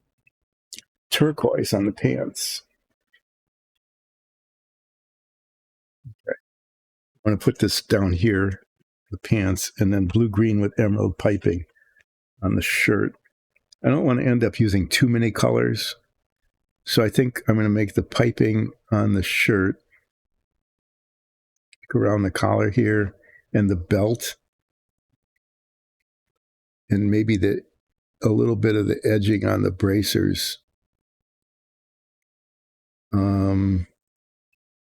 The emerald, and then some metallic embellishments. I was thinking gold would be a little too gaudy. I'll probably use like a chainmail silver or something, like the belt buckles.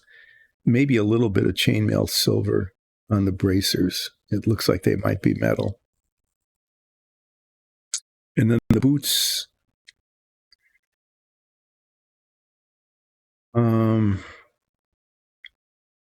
I'm just going to paint those like a really dark gray, probably.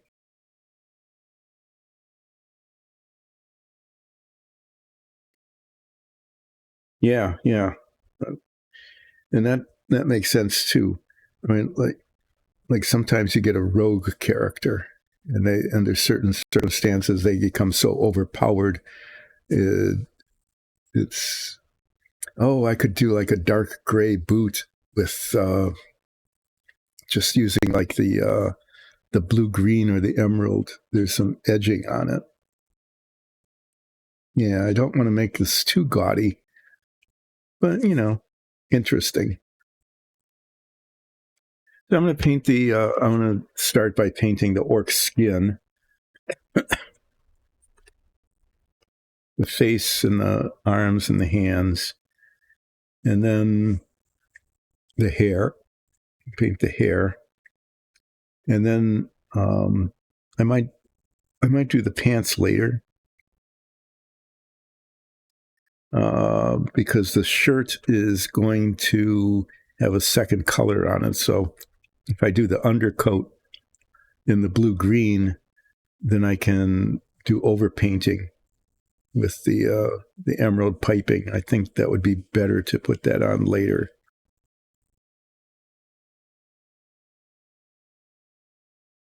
And then I can see how much I want to put on. So it looks interesting, but not ridiculous. That's the plan. And after I do this, I'm going to strive to unmask the parts of the cover for the engine and see how much touch-up needs to be done. But at least I can get started on something different. These minifigs are going to take a while. So I'll be working on these on the stream. Probably, I'll be doing some stuff on the Savoia as well. But it's actually good that I've got these to work on, because the things that have been done on the Savoia right now involve cementing pieces together, waiting for the cement to cure, and then sanding down the edges. And what do you do in the meantime? So that these came out at just the right time, actually, so that I can mainly be working on the minifigs, but then getting back to the Savoia, cutting some parts off the trees, cleaning off the little bits of excess plastic, cementing them together, letting that cure and sanding them down, and not doing anything in between. I've got these to work on. This is taking a while. These green colors, I don't know why it is. It's really kind of interesting. These green colors separate very, very badly in the bottom. The pigment, you can still see it. You can see that there's different shades of green there. The pigment and the solvent. And it takes forever, even with this vortex spinner thing, to get them thoroughly mixed.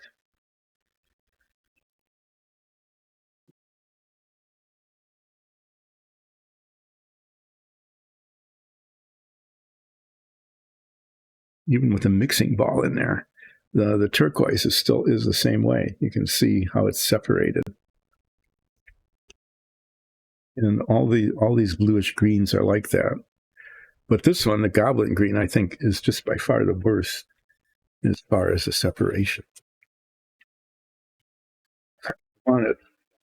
And it's a huge difference in the color tone, if it's mixed or not mixed.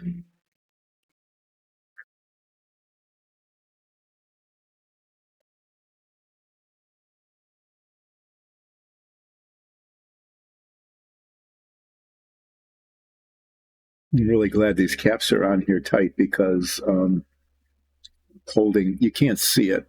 I'll show it to you. I don't know if you've seen much of that before. I've got that thing here. You can watch me stir the paint. I'm holding it upside down. And it's a really good thing that these caps are on tight, because otherwise they go falling off. I can't do that with the metallics. Actually, it was a wash. These are the bottles for the metallics in the wash. You can see that the colors, these are different. As I was doing that, I was holding it upside down on there, and the cap unscrewed, and wow, that black wash everywhere. You can still see remnants of it. I wasn't able to get it all cleaned up. That was a big oops. Moving the camera.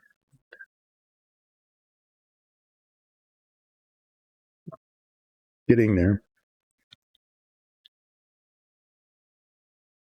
At some point, I will get impatient and just squeeze out the paint and see how it goes.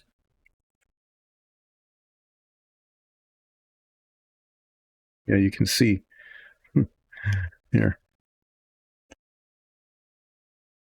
Still swirly.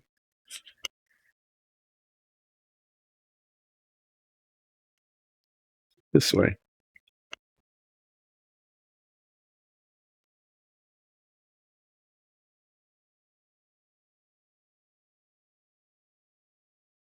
So this is going to be a little messy, especially up here.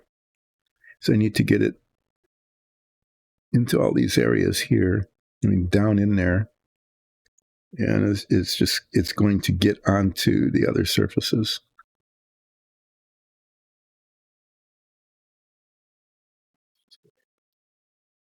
So I've decided to paint that bit first. knowing that in order to get the paint where I needed it to get it, it was going to get on everything. I'm also going to paint the entire and paint the details of the features on later. The feature details are the teeth. The fangs, it's got good orc fangs there, and the eyes. I'm going to paint the entire thing, the goblin green orc skin color. I'm going to, even for this, I shouldn't have to, but I am. I'm going to put these on because just the extra light makes a big difference, not necessarily even the magnification. But the other thing I have found, done this many times, is, it's got huge eyebrows.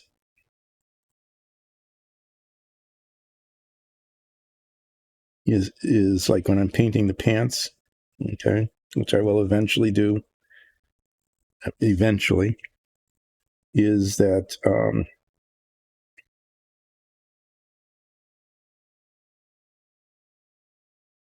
I'll miss spots, and then I'll look at it under magnification and go, "Oh, how did that happen?"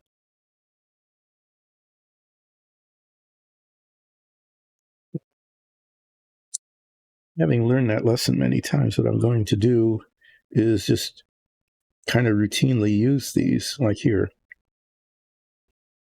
If I hadn't had these on, I wouldn't have noticed that half of its nose wasn't painted.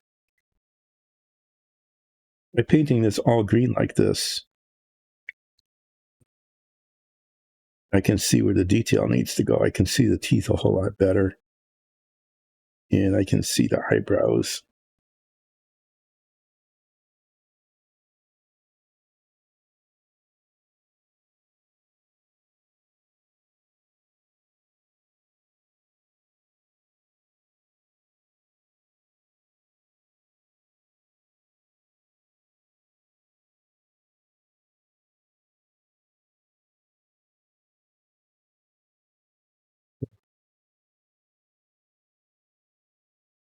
Yeah, made a mess of the brush. I haven't painted minifigs in a long time. Get used to painting them, and then get used to not painting.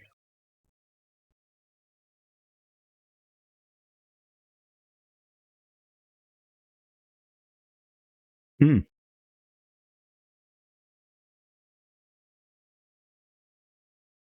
If Arachne has a utility belt, why not? The drones could be part of that rather than just like in a fanny pack or something. They could be in a fanny pack too, couldn't they?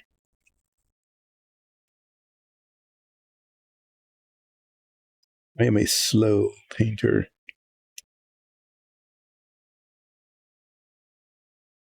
So a feature of my painting is that I'll paint one color and then paint another color up to the oops.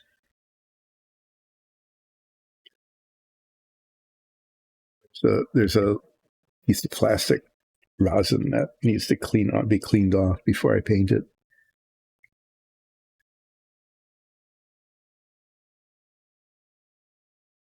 A utility belt is good.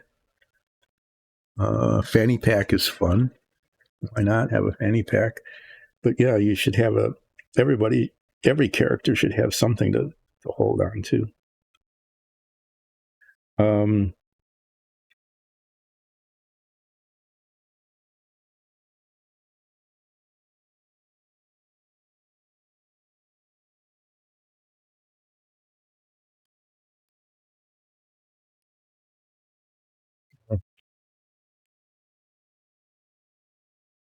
to drop things. It's only 2 hours into it. I'm already starting to drop things.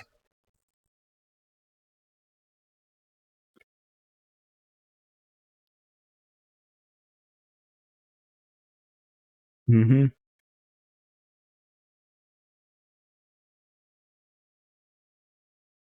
you're creating a bag of holding kind of thing. In our D&D campaign, there's a thing called a bag of holding, which is, I don't know, according to the lore of the game, I'll probably put like a wash. I've got this gray-green wash. I'll probably use that on the skin just to tone it down a little bit and to give it and to highlight some of the features like the fingers. Otherwise, my characters, they look like coloring books, where they're just, or a paint by numbers kit. They kind of look okay like that. I like that look, but it usually looks better if they're given a wash of some sort, so the detail comes out.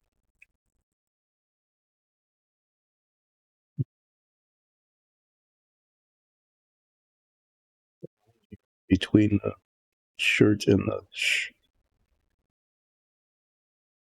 upper part of the arm is not well defined. That will have to be done arbitrarily with paint.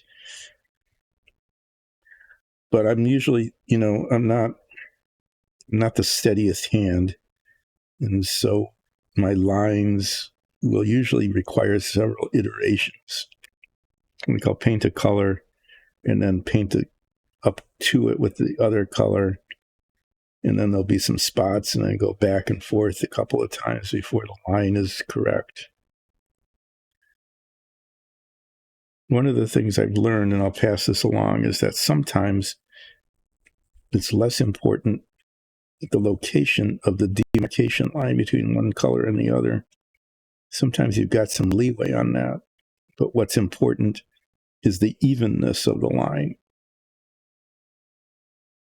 It isn't so much that the line is in the perfect spot, but that it's even. It's not a jagged line. Jagged lines show a slightly misplaced line. It might not be noticeable.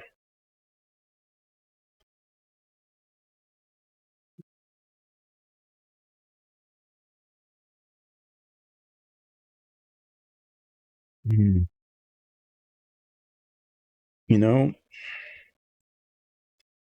I can't tell. I'm looking at the bracers under magnification, and there's this upper part there, and then there's a band, and I can't tell if that's supposed to be all part of one, or whether this is wearing like a wristband, and then I think, well, I can change my mind later. So to give myself the option, I'm going to say that these are two separate things.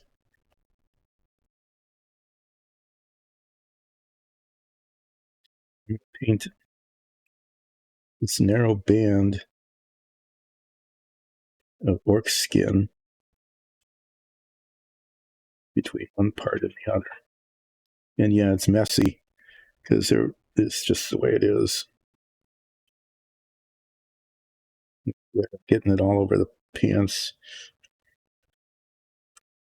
Yeah, this is why it takes multiple applications of the paint to make it work. The process of getting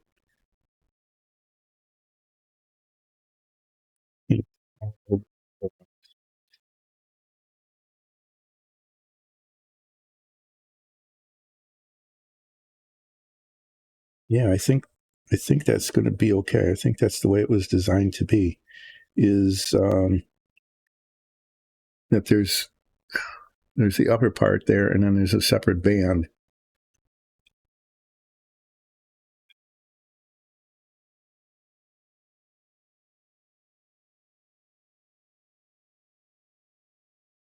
Yeah, I think that makes sense. That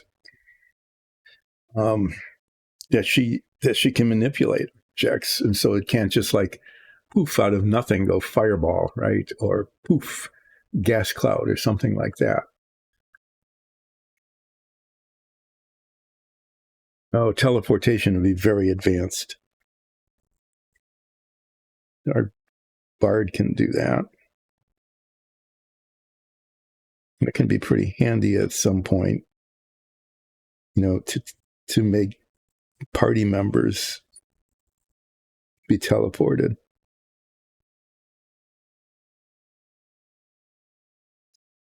Think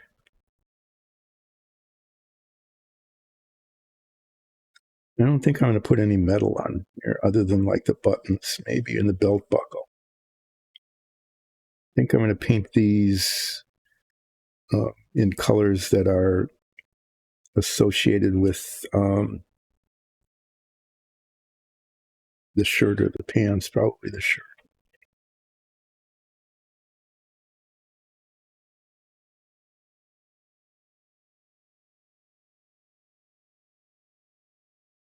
Yeah, there'll be some back and forthing on the boundaries here. This for sure. I'm going to have these match the shirt, just the two colors. The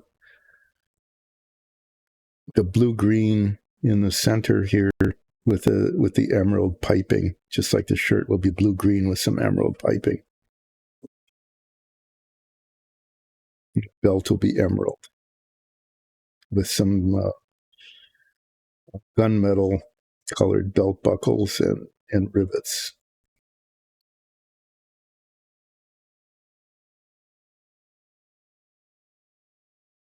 Hmm.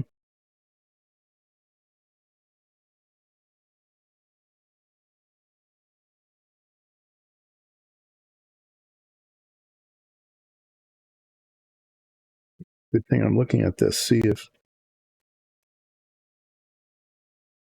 spots. There's a spot that refuses to be colored. There we go. It's like a little bit of a divot on the top of these. Oh yeah, it's on the other one too. That the green needs to go down into it. Otherwise, it's not going to look good when it's done.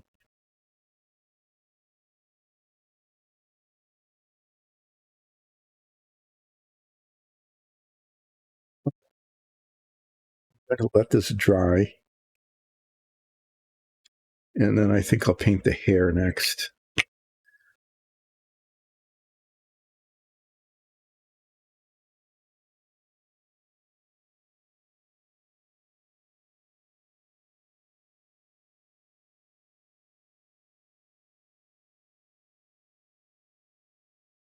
Yeah, I think teleportation, manipulating objects, especially small objects like butterflies and stones and things, that makes sense. But teleporting entire living creatures, that will probably have to wait until many, many levels up, right?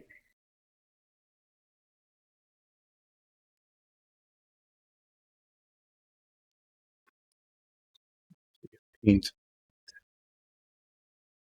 base of the brush here.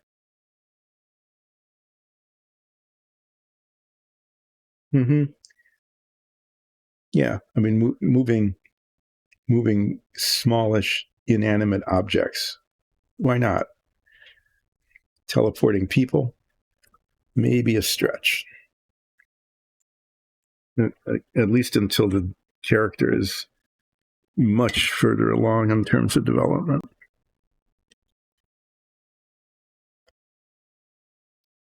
Okay, well, so far, I have neither gotten the phone call, unless I've missed it. I think it's supposed to ring on my cell phone. Let me check, okay? I need to just check to make sure I haven't missed something.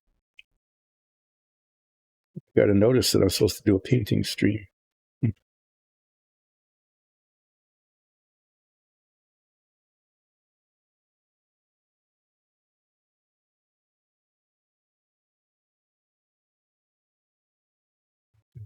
Thing.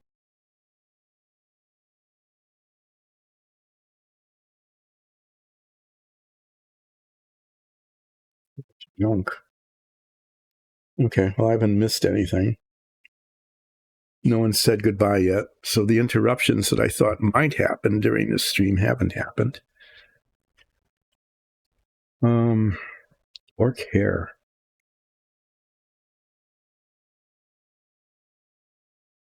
Suddenly, it's really tempting.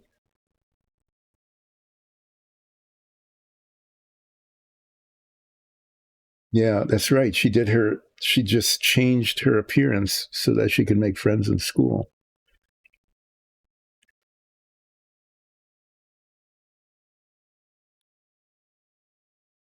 So that kind of disguise self thing is really, that's a good spell. The teeth, I've using white, tempting to use white on the teeth, but it doesn't look that good. So I've always used ivory, which has a little bit of yellow in it. And it ends up looking a whole lot better. The downside of it is that I can't find it. There it is. I'm gonna do what I often do, is pull out all these colors of paint, and then suddenly the work surface is just covered in a mess again. I better let this dry. What I was going to say is I'm really tempted to make him blonde.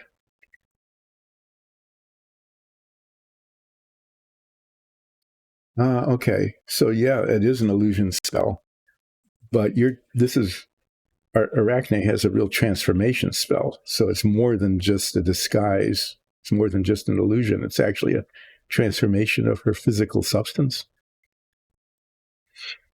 But it's really tempting to make this figure blonde. I better ask about that before I do it. We can always change your hair color, right? I mean, even orcs can go to a stylist and say, yeah, make it dark gray again.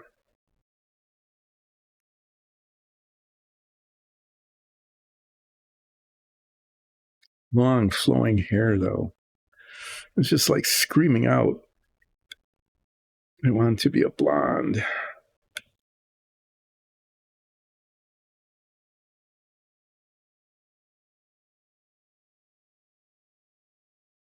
I might do that. No. Maybe I should just not paint the hair until then.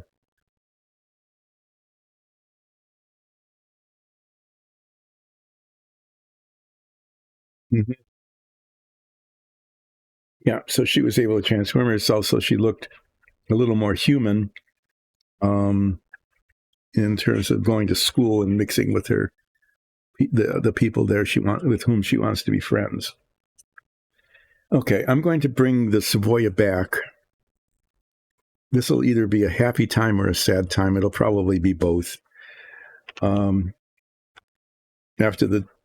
just one disaster after the other, painting these things, I'm going to unmask them.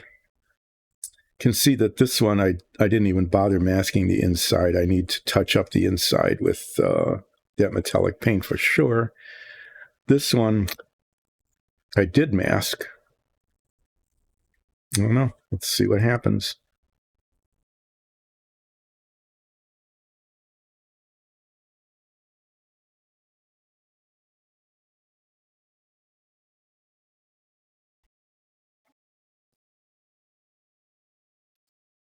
Yeah, my right knee is not happy, and I just bumped it.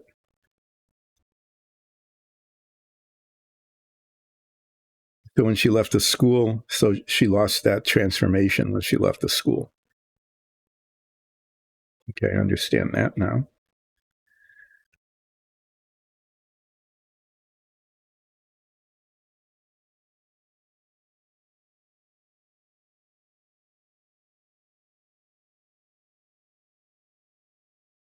Not too bad. It's not great though. It's a little ragged on the edge there. So I'm gonna have to I want this one to look good because this piece.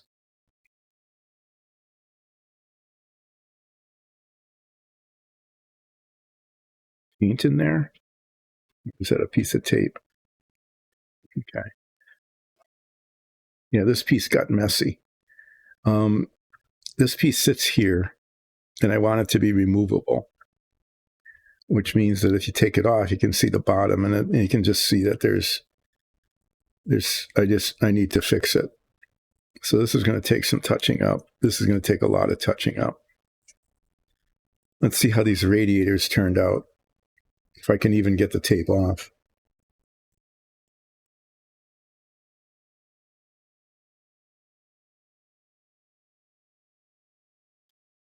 Okay. That's a good backstory.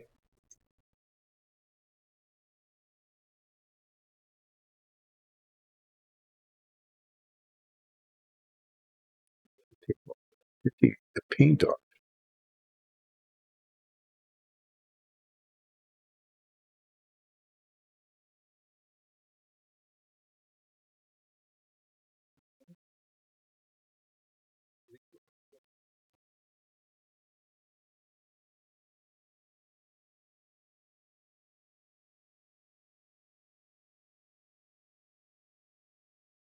Looking at this and going, oh, this looks pretty good. And then it didn't.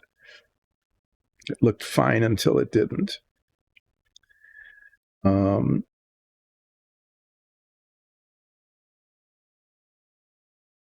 isn't too much anyway. There's just one spot that I see so far that needs some touching up. It's supposed to be a nice clean line between the metallic and the red. And right here, right there, there's a little bit of red that leaked through.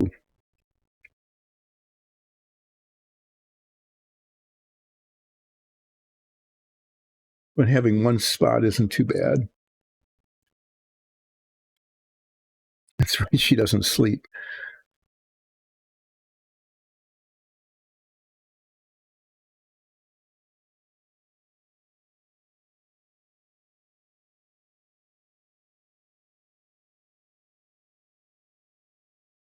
There's another little spot right there. I'm going to have to get out the head magnifier and a teeny tiny little brush to get those spots. So there's only 2 on that. Mostly that came out okay. I imagine it actually looks pretty good on camera. But there's 2 little flaw spots where the red paint came down, and that just tiny touches of the metallic need to be applied. It's another one there. Very, very, very carefully, because I can't fix the red.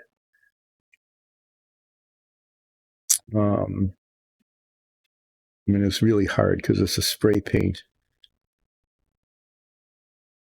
So it becomes difficult. I have to find the edge here.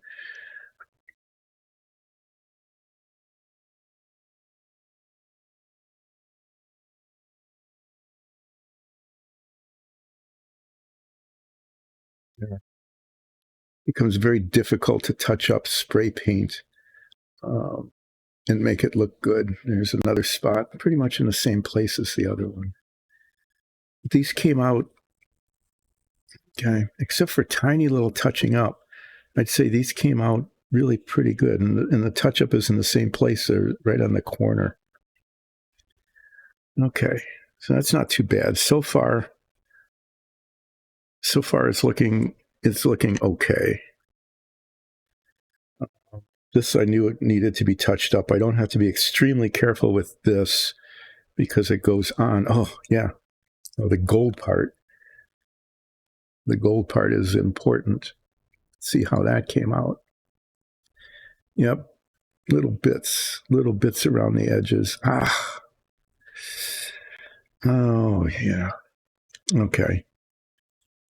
The tape, I have to figure out what to do with this. The tape got up a little too high.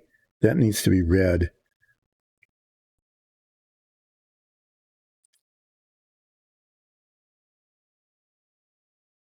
That's a shame. Okay, that's going to require a little bit of work. I have no idea. There's so much tape and guck on this. It just kept getting more and more complicated and messy. So I'm just going to start pulling it off. See how it looks.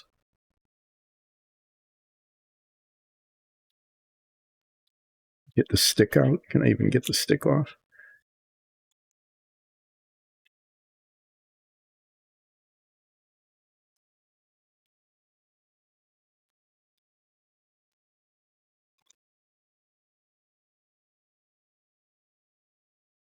To be a little bit careful about this. I don't want to break it.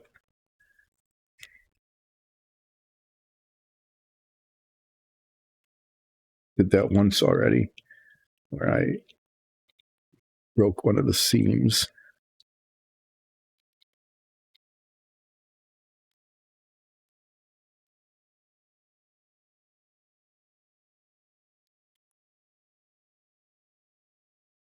I put a lot of tape on this.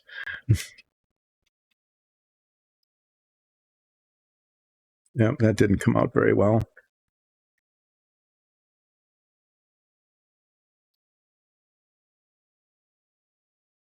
That didn't either. That's going to take some doing.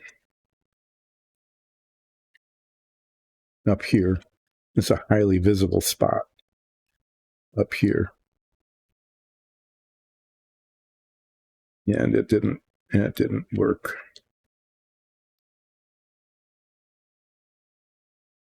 Too bad.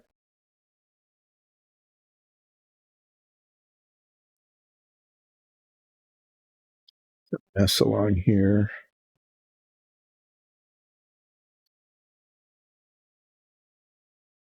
Mess along there.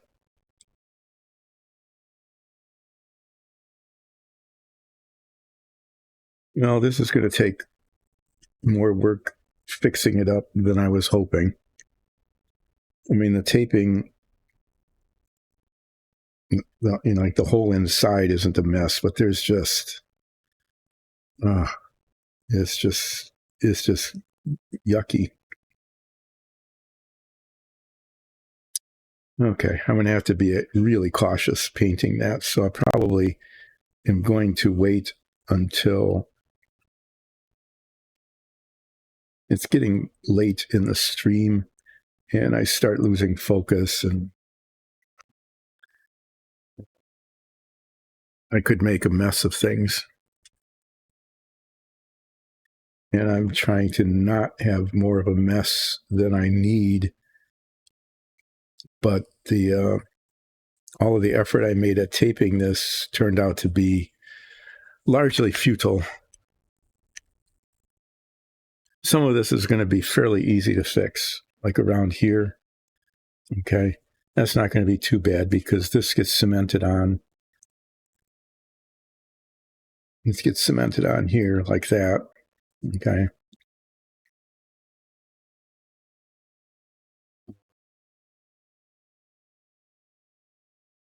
So if I get a little bit on the edge, that's all right. The top edge here, I have to be extremely cautious.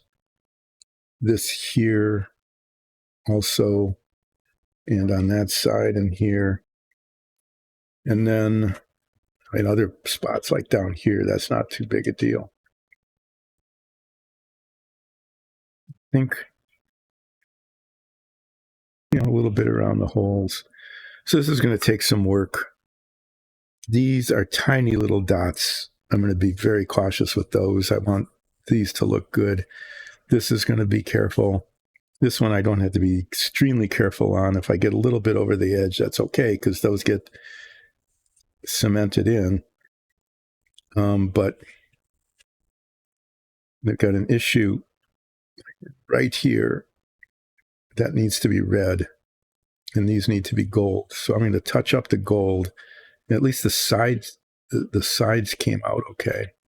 It's just like right there, and that's a pretty visible spot.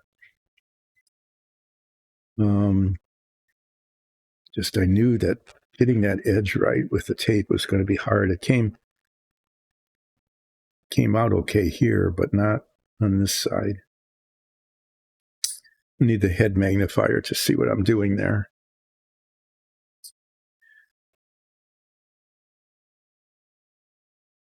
Well, I mean, altogether, I would say it's okay. It's not terrific. It's requiring more touching up than I would have liked. I mean, it looks okay. It's a little bit,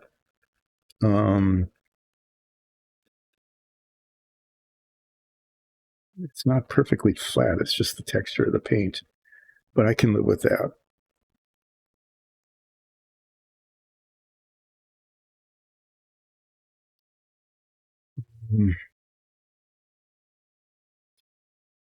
Now,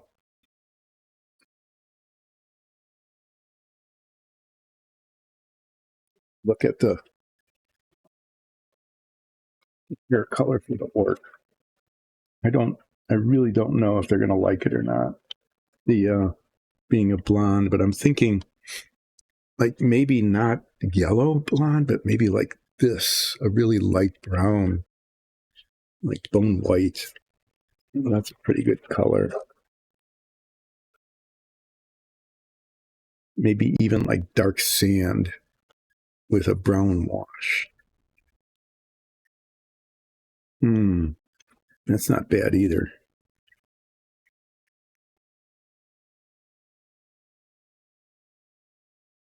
Yeah, dark sand. Yeah, we're going to have a light haired orc. I was thinking of painting it like a real blonde, like a yellow. Okay. Like using a yellowish color, right? And then putting a brown wash on it, but I think that would look weird. It'll look weird anyway. Buff might work. This is a little yellower with a brown wash, I think so. Let's see if I can find that color.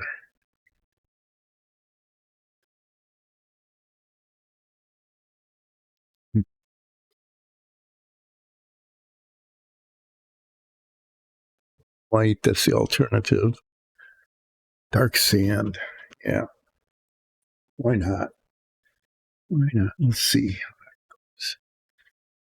But I want to do a little bit on this. So I'm gonna work on the inside of this. Well, I'm still kind of focused a little bit, not totally unfocused yet.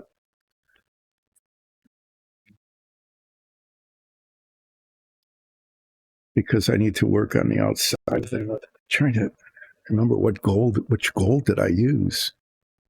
I think I just used plain old gold. Not like polished gold or brass or anything, just gold.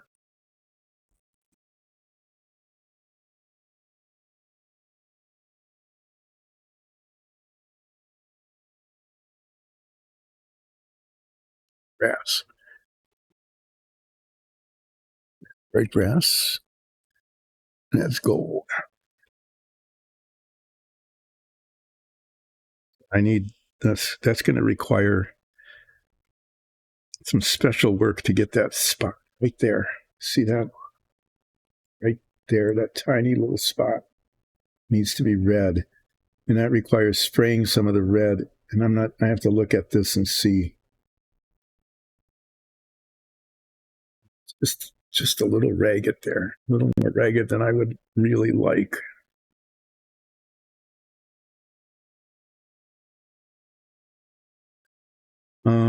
I'm going to do this just to try to feel like I'm getting something done on this model.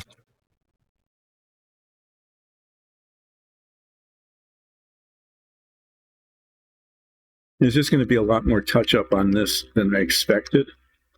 And if I were only doing the Savoia, okay, and trying to make progress on it, I would be doing all the touching up now.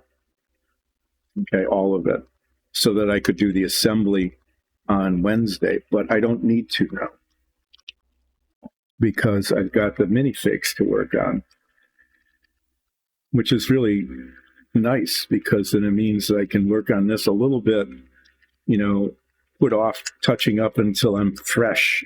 I'll just say fresh on Wednesday compared to being in the last half hour of this stream.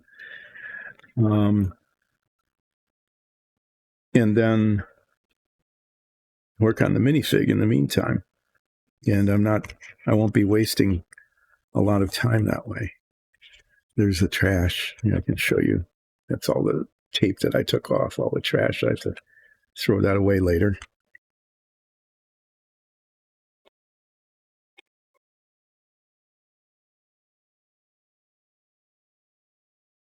As long as I'm fairly cautious with this, I can't mess it up too much. Great.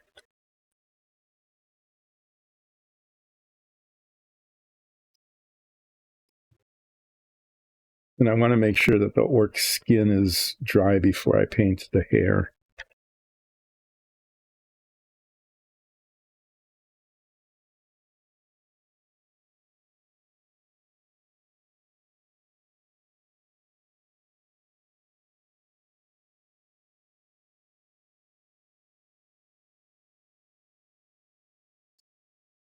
Probably just as well. This might end up taking 2 coats.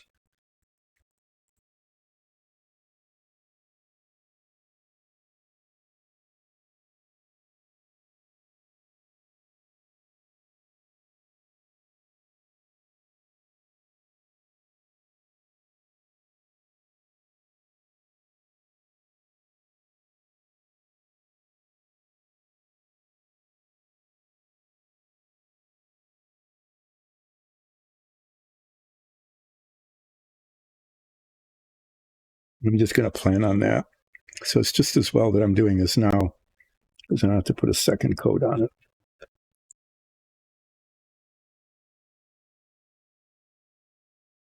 And this is the one that if I get a little bit over the edge, it's okay, because it's where it attaches to the other part. So it'll be covered up.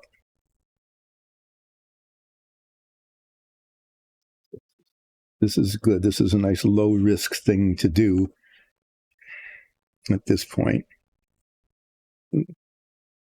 Also, just as well, because I can't even hold on to it. How about that? Huh?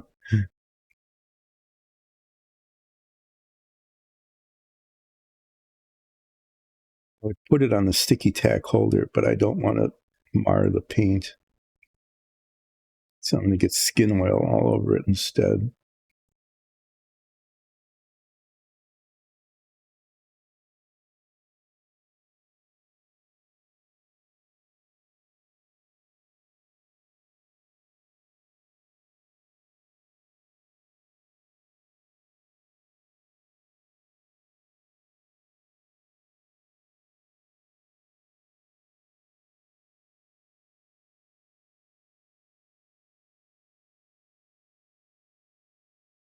The other reasons I didn't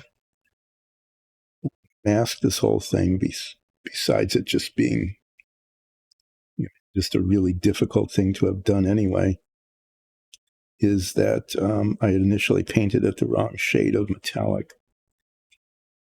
Painted it bright aluminum rather than duraluminum color. So it didn't match the rest of the interior of the engine compartment.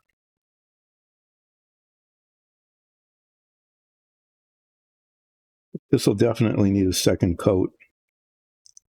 And there's a lot of it. When I touch up the other bits, they might need second coats as well.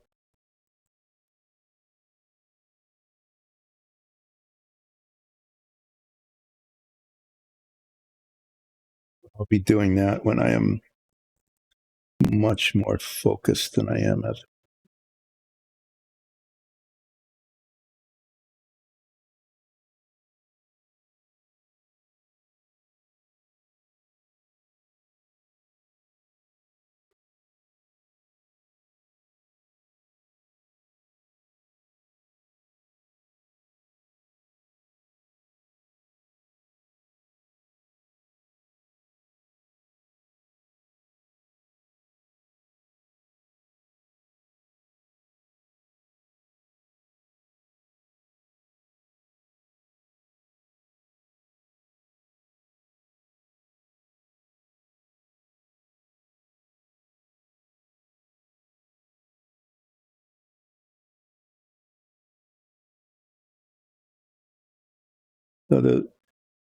So the spell book is a place where she's going to keep the spells that she creates, if I'm understanding that correctly.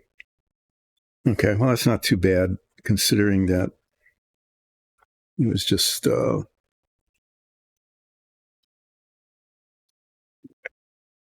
use this.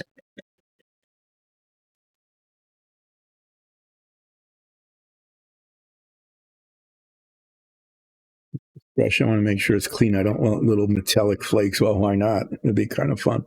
Little metallic flakes in the orc hair.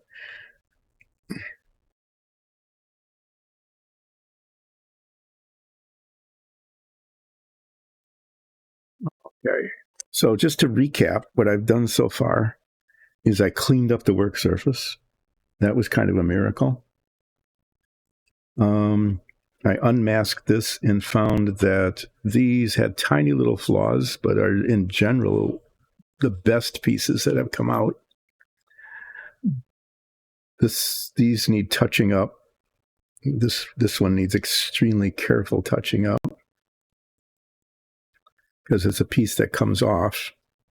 Okay, and you can look at the inside, and this will require a good deal of careful touching up because it's going to be visible. Okay, when the engine is in, especially the edges, which are the worst parts, the messiest. Those are the ones that are going to show the most. So that's going to take a lot of very careful painting because I don't want it to get over on the edges. This needs a second coat. I'm going to just let me do this. I'm done with that. So I'm going to get it out of the way. I'm done with it forever. I'm just done with it today.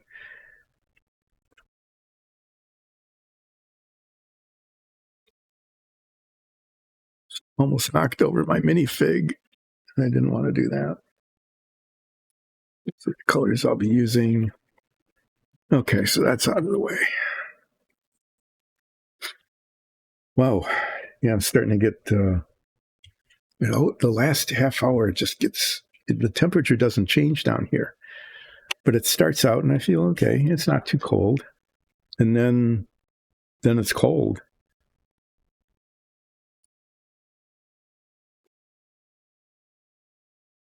I'm wondering if I should,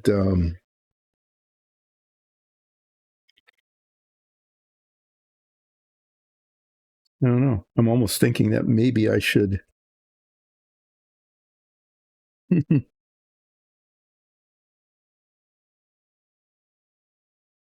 needles, cutting strings, that kind of thing. I know you need to have more abilities, otherwise the character becomes boring, right? You need to be careful of that. Okay, I'm going to try to paint the hair. And I did decide I'm going to use this dark sand with a brown wash. And if they don't like it, I'll paint it a different color.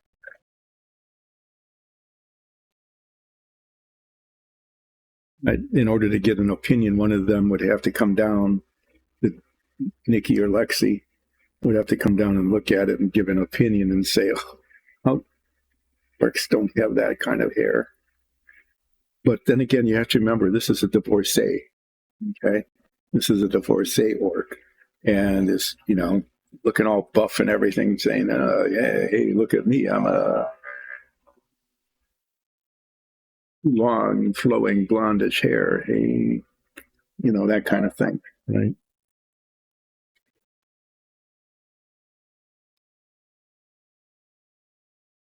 Well, yeah, you want the character to remain interesting. So just having like two abilities or something in the short run, you have to start out small. It just makes sense. But in the long run, you don't want to be. You're right.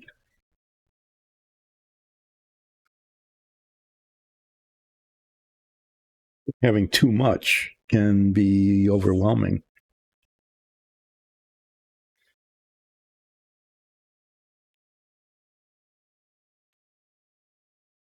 After this is on, keep in mind that I'm going to be putting like a brown wash on it to bring out some of the texture of the hair.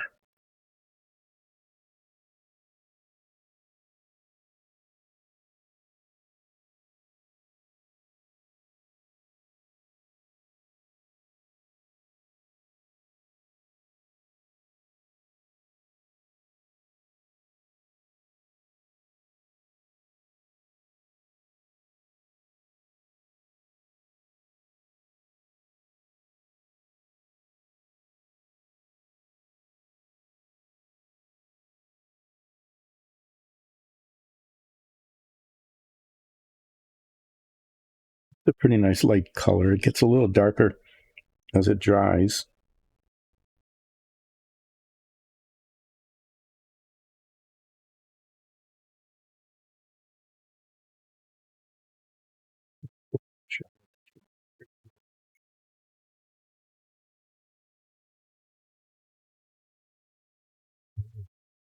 So here's a fashion question.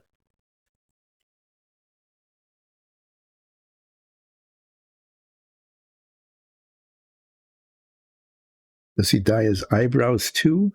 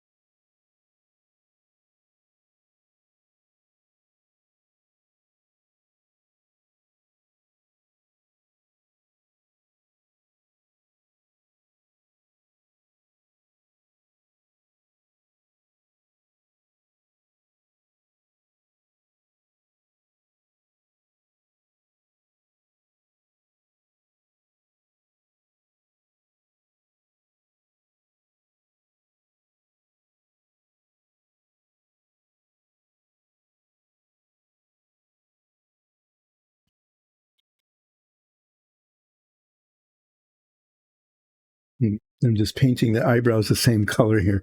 Sorry, I really have to pay attention to this because my hand is sometimes not the steadiest.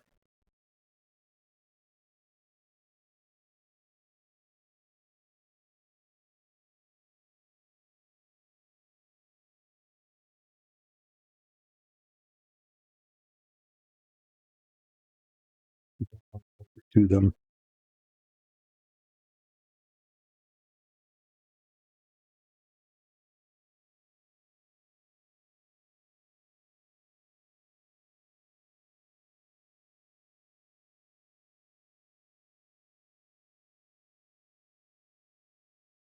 Paint is drying on this brush.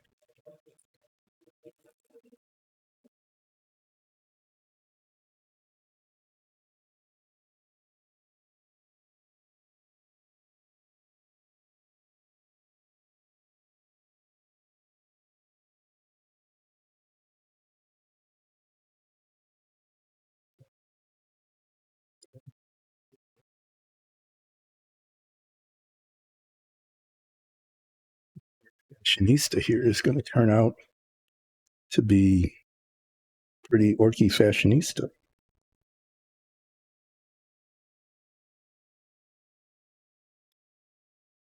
I hope the members of Dyson Dungeons, yeah, detail. It does require. Sometimes I just, like I say, I can't. It's like not being able to walk and chew gum at the same time. That's how it feels, anyway.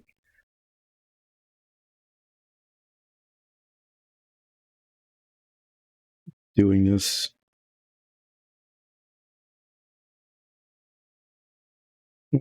Oh, I missed that. His little orc ears peeking out there.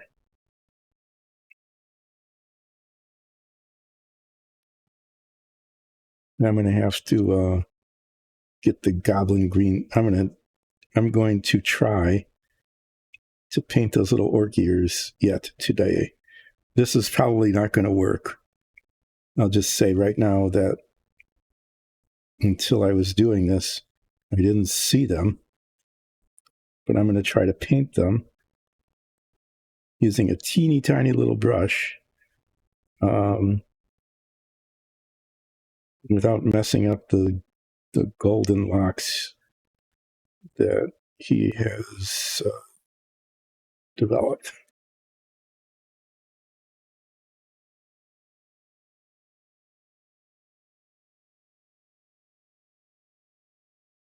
But there they are.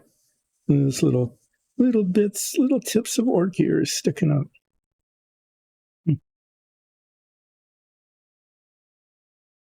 Yeah, that hair color does work. That definitely, the flowing mane. That's pretty good. I made either this is going to be a wise choice, or this is going to be silly.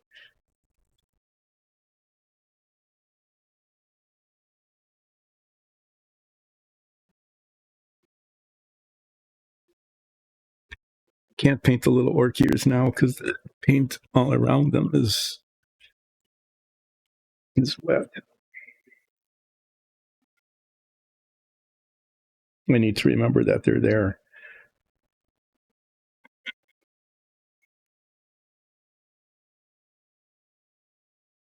All right. I'm going to start wrapping up.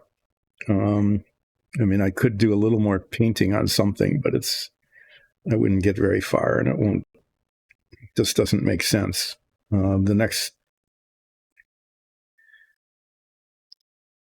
I'll talk about what I'm going to do, and I want to thank Aman for coming on and chatting today again, and I hope you come back on Wednesday. I really like hearing about your character development. Sorry, there we go. That's better. Rub the eyes here. On Wednesday, what I will be doing is I will probably start the stream. I'll start the stream by going back to the Savoia and doing the touch up on the duraluminum color. Sorry, now I've got a dripping nose.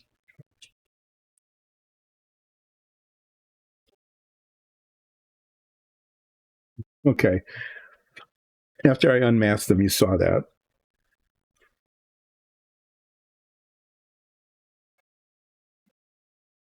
Yeah, I like rather than just leveling up, like in D&D, when our characters level up, I acquire a new spell. That's what happens with our druid. A level 6 spell or something, because we're pretty higher level now. When you get to pick one out of maybe 15 that are already just very well defined and described, and that's all well and good. But with a point system that gives you so many more options, I think I like that. Dice and Dungeons. Oh, this is a good time to do that. Why not? Dice and Dungeons is a group of family and friends, and we run a Dungeons and Dragons show, and that's the main point of Dice and Dungeons is our D&D show, which streams with a live chat on Sundays at 2, like 3 Sundays a month. We record the episodes, and they're edited a little bit, just if there's like really dead spots or if the break takes too long or something, you don't have to live through that when you view it. We've been doing it for a long time. We are in episodes well over 100, like 100.5 episodes already.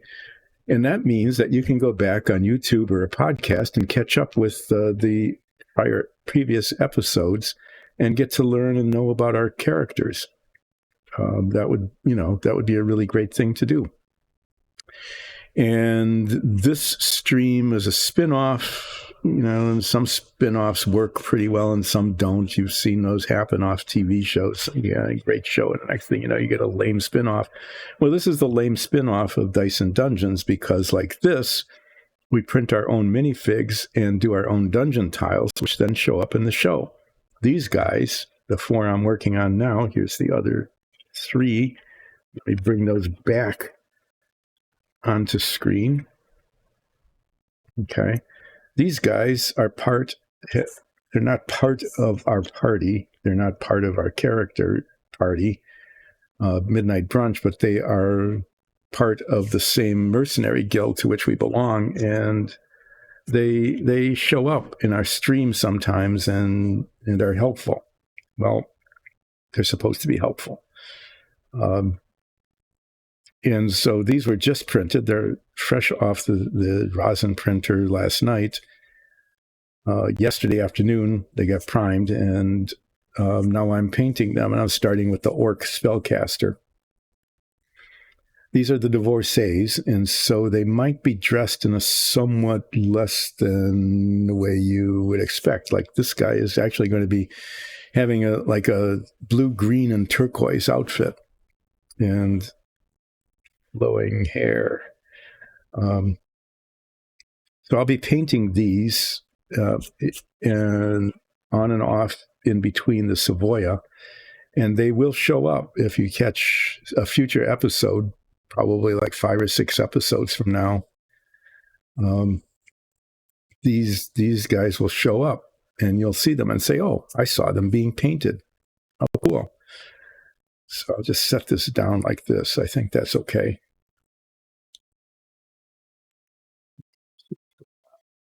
And I move along pretty slowly as I'm painting, so these are going to take a while to get done. Zoria Ansul, who plays our Changeling Druid, is a really good artist and would have these done in like 2 streams. But what's the fun in that? So on Wednesday, when I get back on, oh yeah, I'm dog sitting Wednesday. So it might be a little bit ragged. I don't know. It might start a little bit late, depending on how the bathroom behavior of the dogs goes in the morning. And I might have to take a break in case they're demanding in between. So there's that. And then I'll be dog sitting again next week. So the same thing, just a heads up.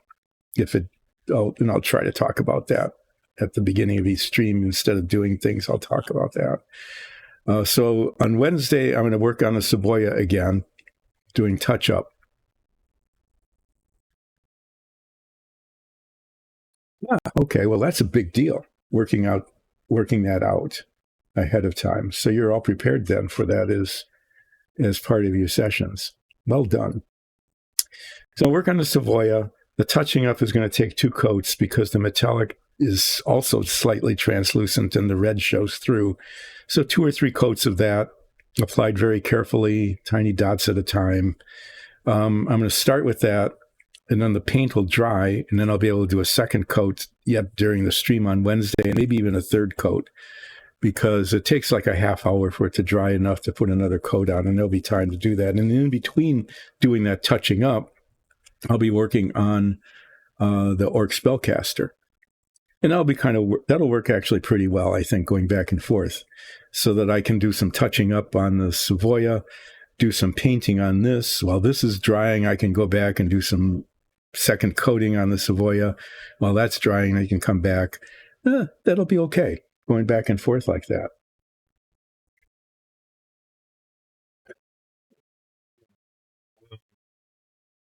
$36 points. How much gameplay would it take to get 36 points? I don't know how quickly they accumulate in your game. I'm not going to show you the dungeon tiles. Well, I'm going to show you some. I'm going to show you some of the special dungeon tiles. Okay. You know how much it's going to cost, but you don't know how long it'll take to get there. That's fair. I'm going to push these up on the side. So the dungeon tiles. Oh, I did. This makes sense that I should do this now, because I showed you the flames at the very beginning of the stream because they were in a box that I cleaned up. So we print our own dungeon tiles and we paint them on the stream. I do anyway.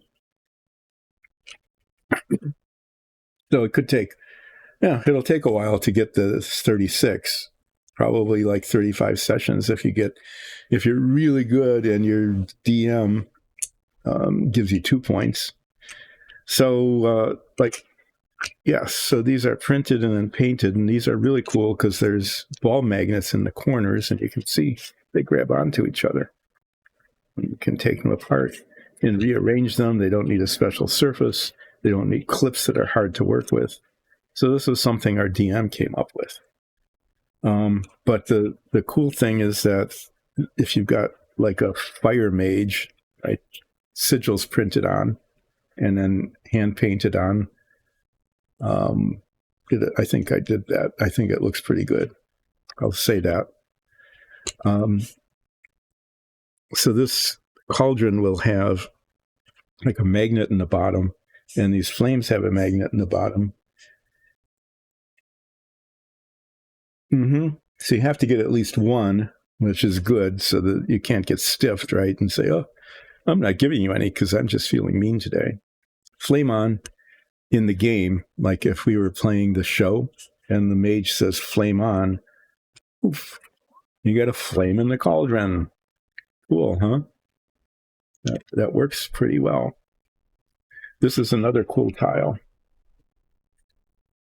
So you're walking through the dungeon.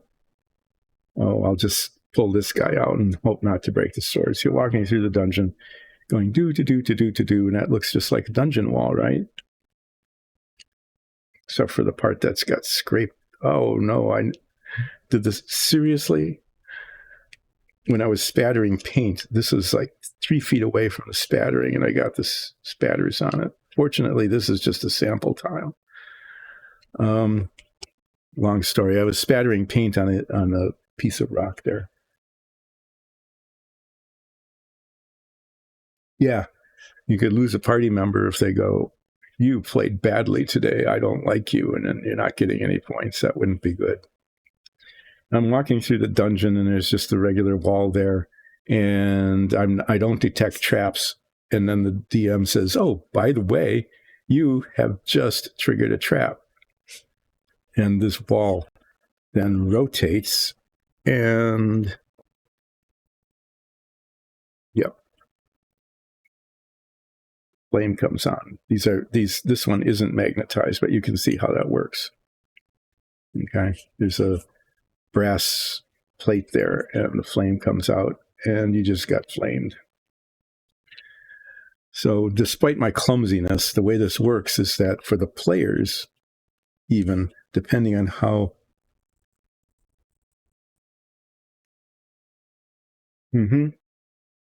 right. So even on the show, when it's being, streamed, the viewer can't see it, but actually the players might not be able to see it. Like if the GM sets it up so that you're looking at it in this direction. So you don't know that there's a trap there. It looks just like all the other walls. But if the trap is triggered, there it is. And the flame shoots out, or a gas cloud, or some other trap. So this is a pretty clever wall that our DM made. I've gotten just so there. That's how these work, and those are why I've got flames, because sometimes they show up in the game just to make it look more realistic.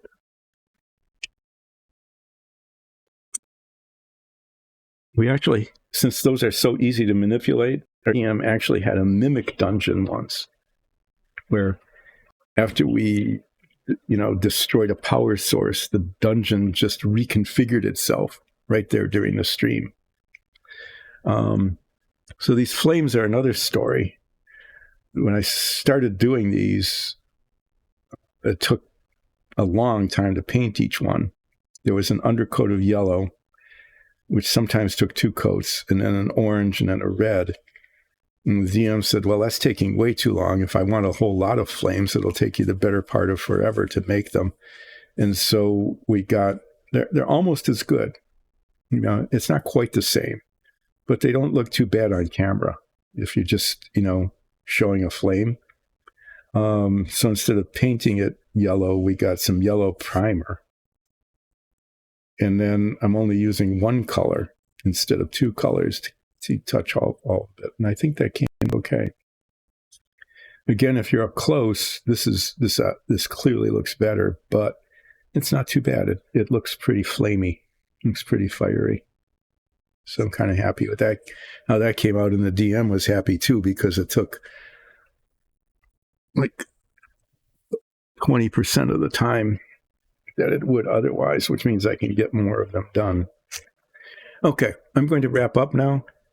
Aman, thanks for joining in again. I really appreciate it. Hope to see you on Wednesday.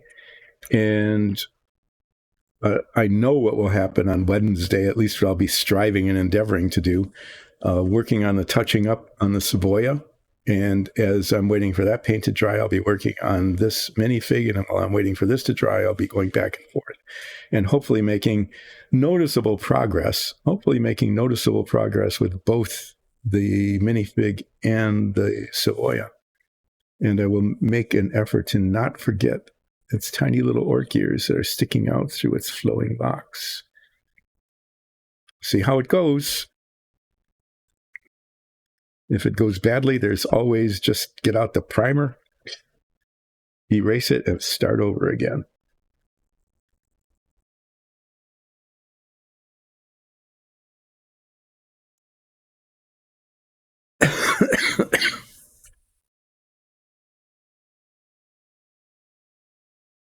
It sounds like you're really ready to go. Thanks for joining in, Aman, and I look forward to hearing more about your character development on Wednesday, and I hope you're looking forward to watching me not mess up, I hope. See you then. Thanks, everybody.